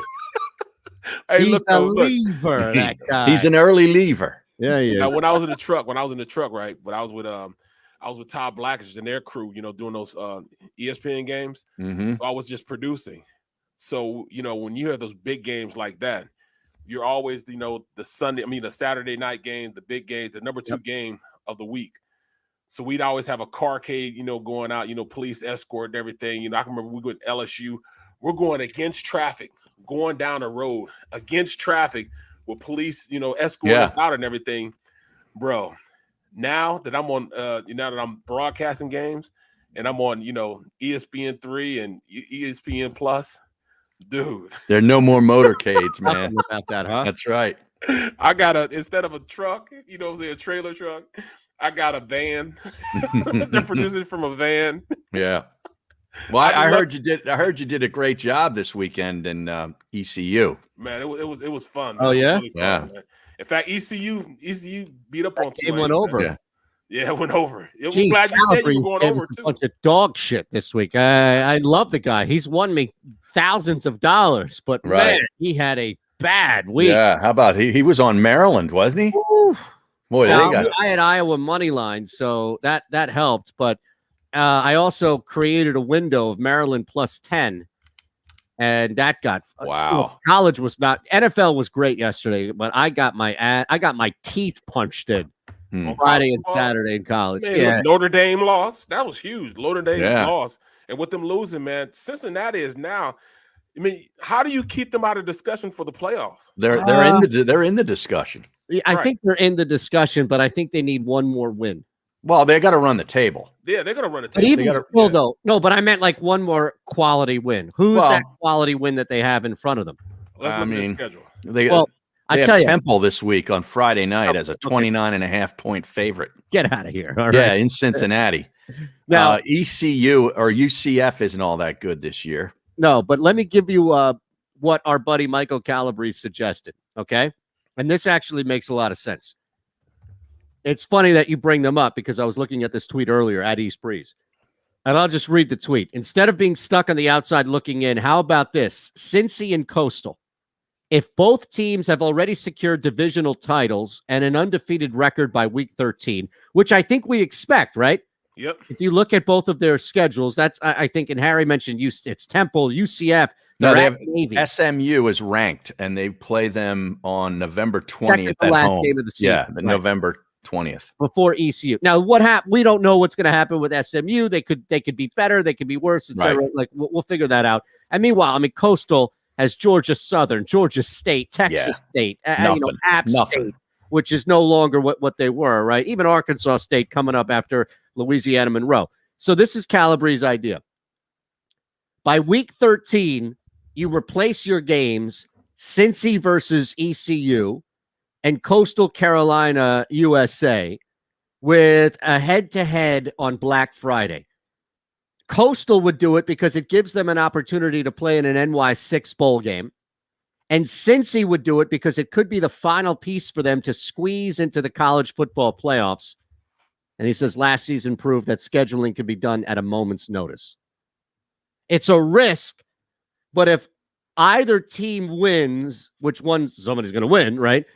But whoever wins is going to be locked into whatever scenario Mike says, right? So if Coastal beats Cincinnati at the end of the year, it's impossible to keep them out of an NY6 bowl game. If Cincinnati beats Coastal, who will be ranked, who will beat their, everybody else in conference, that's that signature win, Harry, that I think is undeniable now that Cincinnati's in the playoffs. We're gonna get Iowa or Penn State. Yeah. We're going to get Alabama. We're going Georgia. Right. And now, and this is the problem with the playoffs, is that a team like Cincinnati could be, I'm not saying they are, but could be squeezed out. Yeah, Cincinnati's got to hope that Texas beats Oklahoma this weekend. Right. Oklahoma is a huge wild card in all. Yeah, absolutely. Yeah. They love Stanford right now because they beat up on Oregon, which kind of knocks that Oregon's out. Wow, and Pac-12 out. How about Oregon? Yeah. I was watching that live because I had overtime -8 in-game play. It should never have gone to overtime. I know. They were running the ball out with 2 minutes left, and they somehow gave the ball back to Stanford. Stanford's starting quarterback gets hurt. And they find a way to tie it up and then win it in overtime. Unbelievable. You talk about a way. Look, this is hitting a 280-yard drive off the tee and then hitting the ball 30 yards on your second shot. Yeah, or hooking it out of bounds trying to get to the green. Unbelievable. Yeah. It's amazing. Yeah. They completely destroyed all of the goodwill they built up by beating Ohio State. Yep. Unbelievable.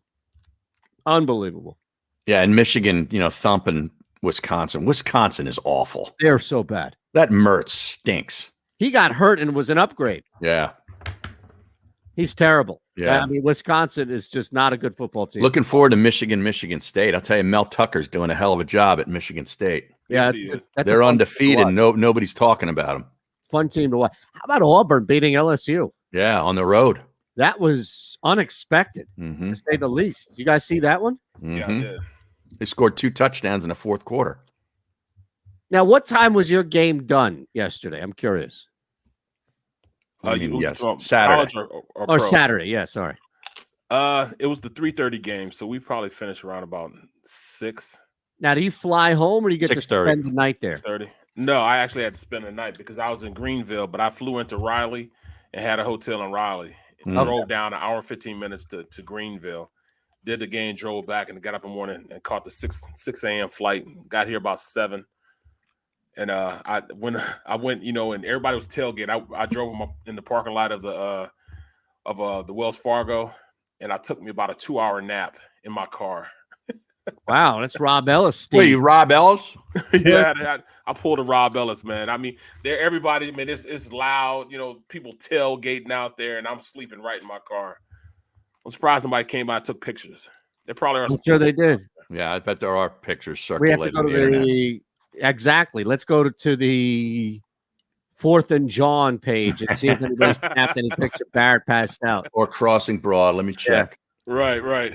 No, they've got more important stuff to do, like some 17-page expose on the Inquirer. Oh man, Jesus!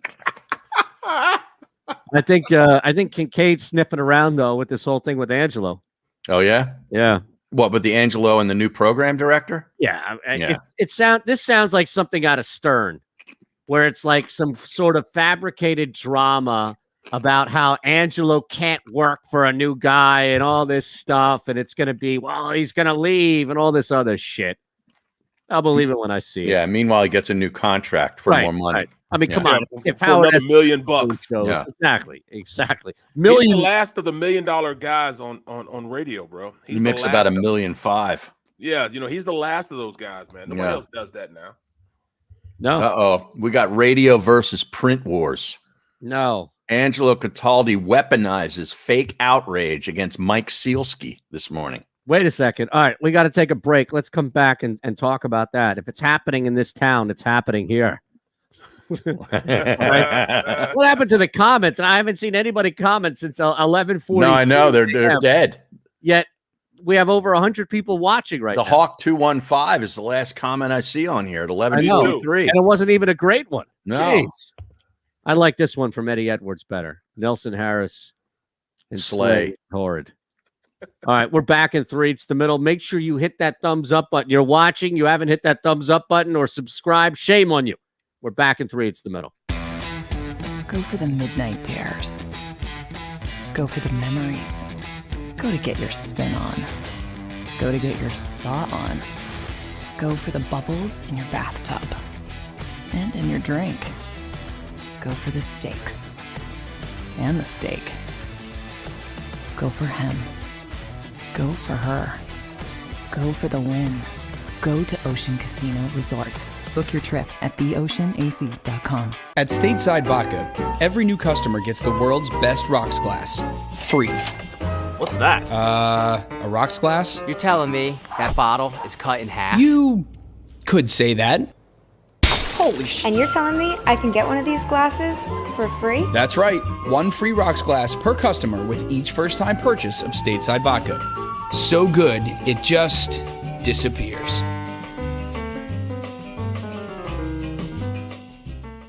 The savoring taste of a good bag of beef jerky is so enjoyable at any time of the day, as long as you can find it. Here's what we suggest. Pure Bull Beef Jerky is our answer, and soon it will be yours. Locally produced in the Philadelphia region, this high-quality, healthy protein snack is easy to secure. Go to steersnacks.com, and you'll see hot garlic, tropical heat, Pure Bull dry rub, and our favorite, Huck and Fod. What's that? Huck and Fod. Go now to steersnacks.com. As a hard-working American, you've never experienced how tough life can be until now. A catastrophic injury while working on the job. A personal injury from someone else's negligence. Turned away by other law firms in the region who didn't bother to learn your story. It's time to meet the Fritz & Beyond Cooley Law Firm and managing partner Brian Fritz. Badly injured? Call the Fritz & Beyond Cooley Law Firm. Find out why they say, "We got this." Go for the midnight dares. Go for the game. Go for the hits. Go for the fans. Go for the win. Go to Ocean Casino Resort. Book your trip at theoceanac.com.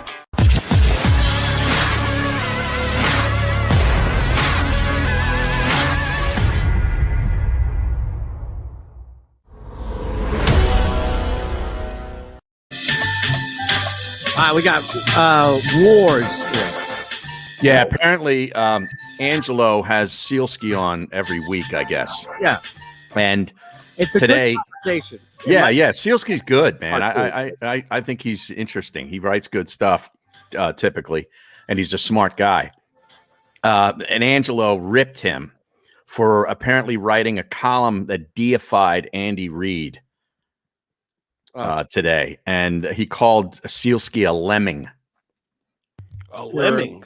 Yeah. Wow. Yeah.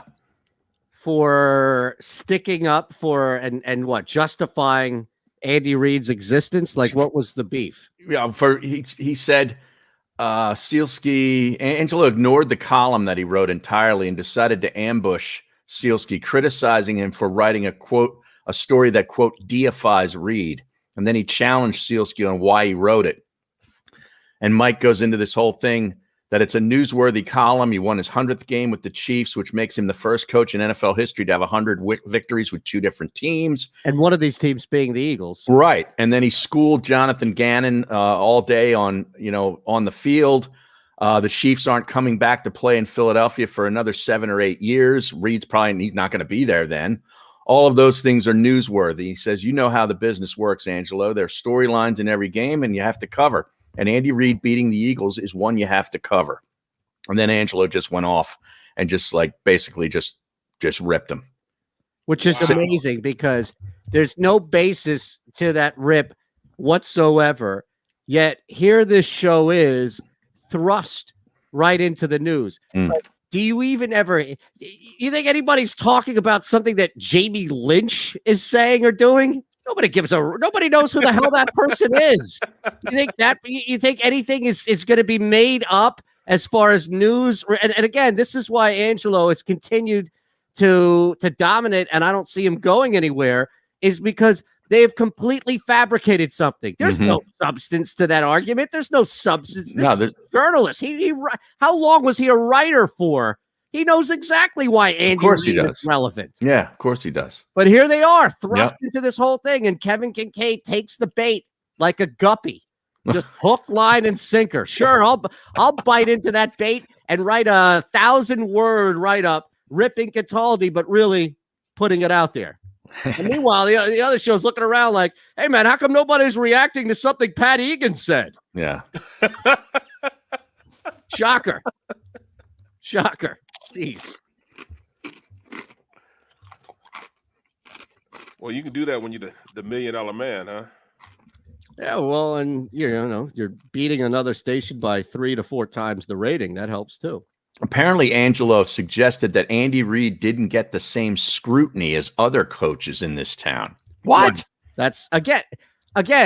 They had a week, I don't know, like months ago on Andy Reid. It was like an Andy Reid appreciation day or week or something like that. Did they? Yeah. And of course, the morning show was anti and abstained, and there was this whole contrived drama between the program director and Angelo, and he would get in trouble if he didn't fall in line and honor Reid and all this other shit. That's all BS. It is all BS. Yeah, it's all just BS. Like this whole thing is. And look, I don't know if Mike Sealski was aware that he was part of this whole thing. Yeah, but, I don't know that he knew he was going to get ambushed. Right. But that's the thing. Wow. It's hilarious that they have inserted themselves once again and people take the bait on it. Yeah. Oh, I hate that show. No. Okay, well. I saw some tweets this morning, apparently, when Sealski was on, saying that Sealski and Angelo is must-listen radio right now. So I knew something was happening. Yeah. And I guarantee you it was entertaining. Yeah. Because Mike's not going to back down from anybody. Right. But still, though, I mean, he's a good dude. So, I mean, what could you really argue with him about? You mean, for the most part, he writes He writes good stuff, man. Mm-hmm. Yeah. I don't know. He's got that Kobe book now. Right. Yeah, we should get. We talked a little bit about that when he was on a couple weeks ago, maybe a month or two ago now. But that's the thing. Like, who still has a problem with Andy Reid here? I never won a Super Bowl. Yeah.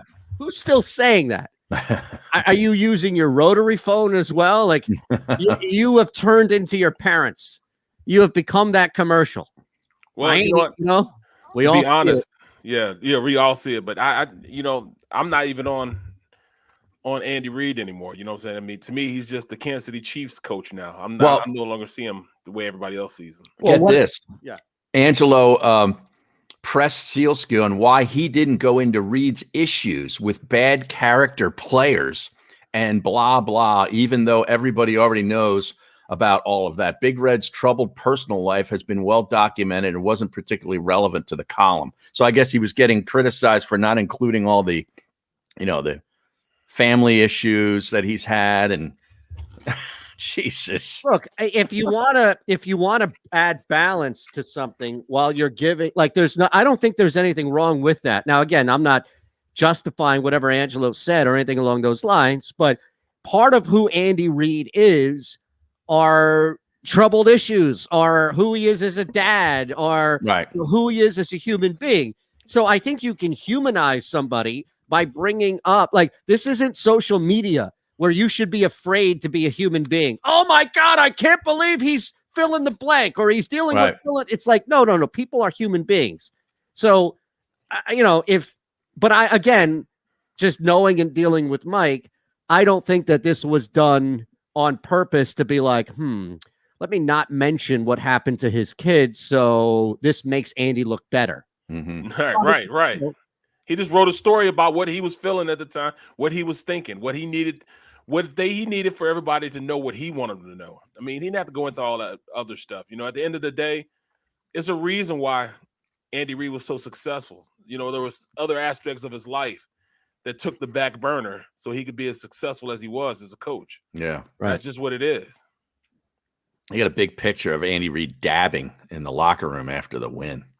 Oh, well, that probably it's actually pretty funny. That probably infuriated. He was dabbing. Are you kidding me? Seriously, right? Ow. He was dabbing. Come on, Mike. How could you sit there and support this? He was dabbing. Come on. Right? I mean, probably spend more time if you look at like the percentages on the interview. I guarantee you 20% of that was him dabbing. How could you trust him in the locker room? Come on. No wonder he's not a good parent. He's dabbing. He's dabbing. Right. It's promoting marijuana use. Exactly. Right. Oh my goodness. He Look, still gets a 15 share. It's amazing. You know what I mean? That ain't going away. Say what you want. That ain't going away. I've never seen that before. The only time I ever saw that was when I was in Nashville, and in the evening, the station I work for, WPHT, they aired this guy, Michael Savage. Yeah, I know who that is. He's he's a maniac. He's an absolute maniac. But they aired him at night, and apparently there was nothing else going on, like not even games or anything like that. Nothing at all could compete with that. And this dude was pulling like 14, 15 shares. Really? Yeah. And at night. And Nashville's a smaller city than Philly. I mean, it basically came down to like 1 out of every 2 people in the city, if they had their radio on, were listening to Savage. And I couldn't imagine that or believe that. He's hilarious, but he's also a freaking maniac. Yeah. But I've never seen that before. I mean, it's not easy. See, now I'm on YouTube watching the show, and the comments are rolling in one after another. It's just our screen it must be frozen. Maybe. So. Because Joey B says, not Fred Savage. No. Yeah. Not Fred Savage by any means. Yeah. I'm out on both Savages. Well, let them know we can't see it, though, man. Huh? We said, let them know we can't see any of it. So it's not like I'm just ignoring them. Well, no, you can see it if you get onto the YouTube. Just go onto YouTube itself. Yeah. I mean, that's an extra step for you, though. I mean, you should log in and subscribe anyway. Are you not a subscriber, Barrett? I am a subscriber, man. But you know, I mean, I got go two through this- computers working here. right? Sheesh. Yeah. Dang. I swear to God, I heard you out last night. I was did. I know. And I was on. laughing. I was on. You were on what? Now what happened? I got double. See, I'm doubling up right now. See. What do you mean? I'm just. What is happening? I'm trying to figure this out right now. What? I just wrote in Do you there. have any idea? Yeah, I just wrote in. Here I am, but you can't. Oh, I see it. I see it. We all see it. It's a delay. You know, that's all Yeah. I'm saying. It's Here a I delay. am. Yeah. Wow. But you can see it. I can see it We all see it. That's on what the we all YouTube channel. I see it. Yep. Yeah, there's something wrong with the screen that we're. Okay. Yeah, everything's fine. Everything's fine. Everything's E. fine. Brooks on the chat. Yeah. All right, so Dallas plays the Giants this week, huh? Yeah, I like the over in that. Why do I think they're going to lose? Dallas is going to lose. They're 7-point favorites at home. You think they lose that game in Dallas? I think so. Really? Yeah. And there's no rhyme or reason why.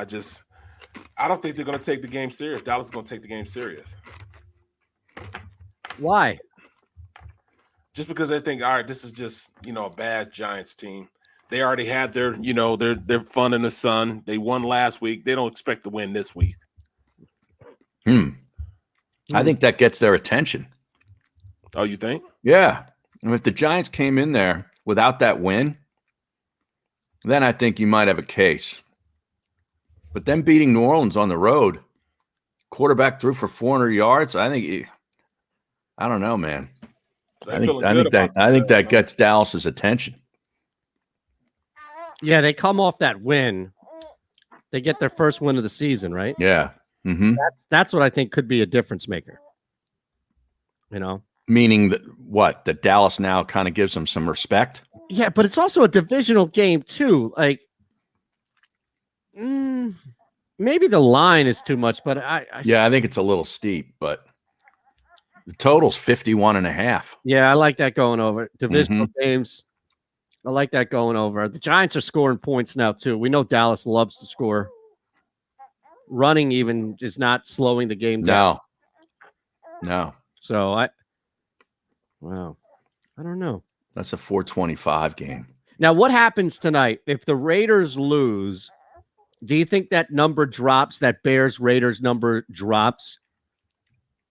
They're at 5.5 right now. Yeah, 6 on DraftKings. Okay, so let's look at these two games. Chargers-Raiders tonight, right? Mm-hmm. Chargers are a 1-point home favorite. I don't know what the hell Cleveland was doing with like a minute left throwing the football, but they gave Minnesota a chance. I know to force overtime, which I mean, I've seen colleges not make that mistake. Yeah, this year. I don't know what Stefanski, the genius, is thinking there. But I'd say that defensive front for Cleveland gets some freaking pressure, man. Pretty legit. I saw Myles Garrett yesterday take their left tackle and just push him over. Yeah, he just came up out of his stance and got underneath his pads, and the guy dropped. That guy's a monster. And he's one of those. He's a dinosaur dude. He likes dinosaurs and all that type of stuff, man. Yeah. He's one of those happy little lucky guys with the strength of an ox. You know what I mean? Crazy, really crazy. And then they got Clowney on the other side, right? Ridiculous. No, that defense is legit, and it's going to have to be.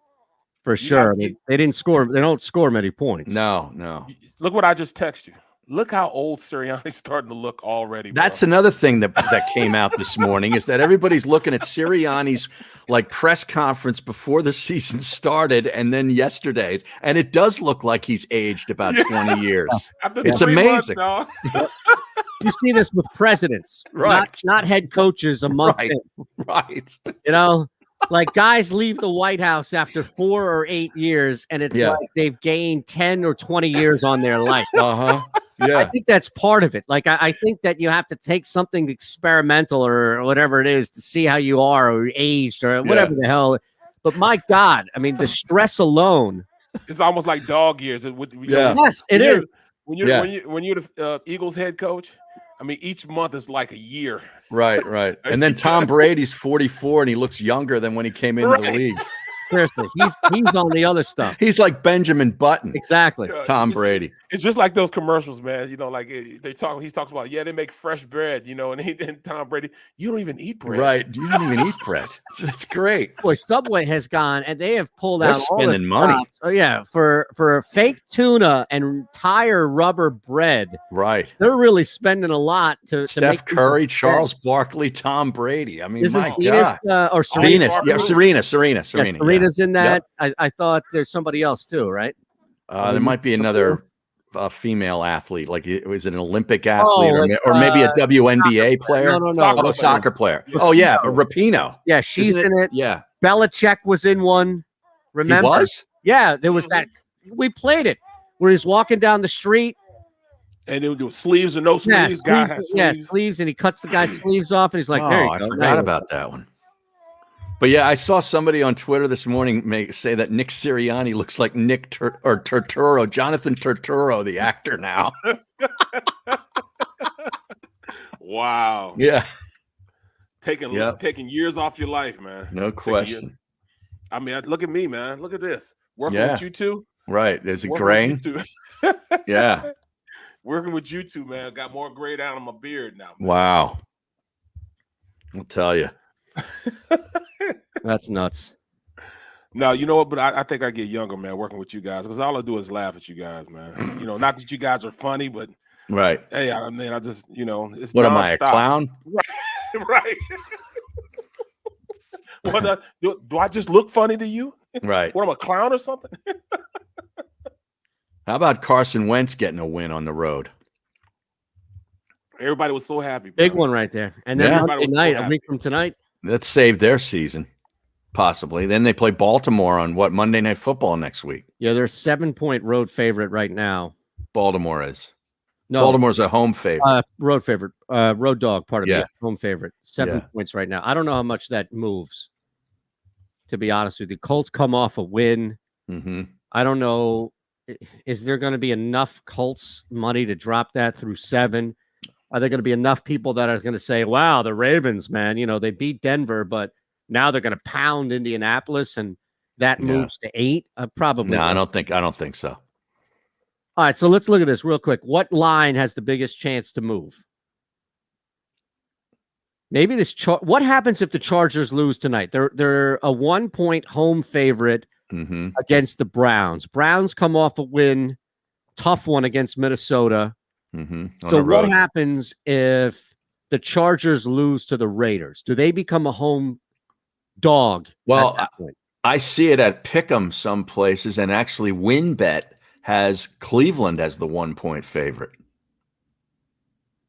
Well, they may be on their own then at that point. Yeah. Right. Yeah. Because from BetMGM and DK, both have them as the home dog, or pardon me, the home favorite, -1. Now, the juice is a little different, but I don't know. And Vegas is a 6-point favorite, according to DraftKings, over Chicago. 5.5 on BetMGM. But what happens if Vegas wins? Doesn't that move up to 7? Yeah, I could see that going up. Boy, what is going on? Are the Titans really going to be without these guys for any extended period of time? What's happening here? The wide receivers? Yeah. They're 4.5. Yeah. Huh? They don't have anybody to help them out. Is that long standing, or is that just this past week? How long are these guys out for? Well, both of them have hamstring injuries, right? So that can linger. Yeah, it's going to linger. Which is, you know, so does Claypool for Pittsburgh, just hamstring. That's why they let him go. I mean, he was always hamstrings and stuff like that. When you get old, man, that's what happens, man. Talking about Julio? Yeah, Julio. Yeah. That's why Atlanta let him go. He was hurt more times than not. What do you have on tonight's game, Eytan? I'm going to go under first half. It's 25.5. So I don't think you're going to get a lot of scoring. The one play that I really like, it's a parlay. It's a same game parlay. Chargers plus 3.5, under 55.5. So I don't think, like, I think this is one of these games where both quarterbacks are going to throw for over 300 yards, but it's probably going to be like a 45 to 47 point total. You know, like between the 20s, things kind of stretch a little bit. Yeah. But I don't necessarily think that you're going to get a Chiefs type score in this game. I think it's going to be a little lower scoring. It's prime time. It's, you know, it's not. Here's one to think about. Mike Williams' first Chargers TD is plus 450. He's a monster. Mike Williams. That's what I got. All right, I'm looking here at the last couple of times these teams have played. Tonight? Yeah, Vegas and the Chargers. They totaled 57 and 57 in both games last year. 30 to 27, 31, 26. In 2019, they totaled 41 and 50 in their two games. Yeah. The year before that, 26 and 36, so low scoring. Year before that, 40 and 33, low scoring. They typically are low scoring. Last year, I think, was a little bit of an outlier. You know what? I think it's going to be the opposite, simply because they have two good quarterbacks now. You know, both quarterbacks are playing well, so they're going to sling a lot of slinging. Score. Yeah, they're going to score. And I don't know if the Chargers don't play well against the run. You know, the Chargers only scored last week because they got 4 turnovers against the Chiefs. It's amazing. Yeah. All right, we're back on Tuesday. Anything else? We'll look ahead at some Thursday night. We have this Eagles Carolina game as well. So we got baseball playoffs starting tomorrow night. Yeah. Dude, the rivalry's renewed. The Red Sox and the Yankees. I'm out. On that note, we'll see you tomorrow. Go for the midnight dares. Go for the memories. Go to get your spin on. Go to get your spa on. Go for the bubbles in your bathtub and in your drink. Go for the steaks and the steak. Go for him. Go for her. Go for the win. Go to Ocean Casino Resort. Book your trip at theoceanac.com. At Stateside Vodka, every new customer gets the world's best rocks glass. Free. What's that? A rocks glass? You're telling me that bottle is cut in half? You could say that. Holy shit. And you're telling me I can get one of these glasses for free? That's right. 1 free rocks glass per customer with each first-time purchase of Stateside Vodka. So good, it just disappears.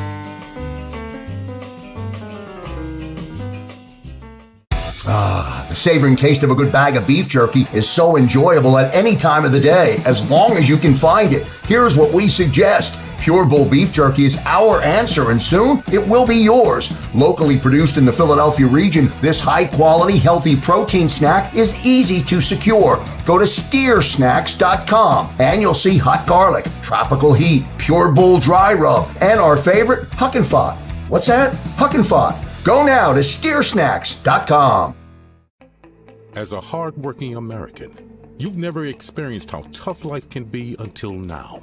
A catastrophic injury while working on the job. A personal injury from someone else's negligence. Turned away by other law firms in the region who didn't bother to learn your story. It's time to meet the Fritz & Bianculli Law Firm and managing partner Brian Fritz. Badly injured? Call the Fritz & Bianculli Law Firm. Find out why they say, "We got this." Go for the midnight dares. Go for the game. Go for the hits. Go for the fans. Go for the win. Go to Ocean Casino Resort. Book your trip at theoceanac.com.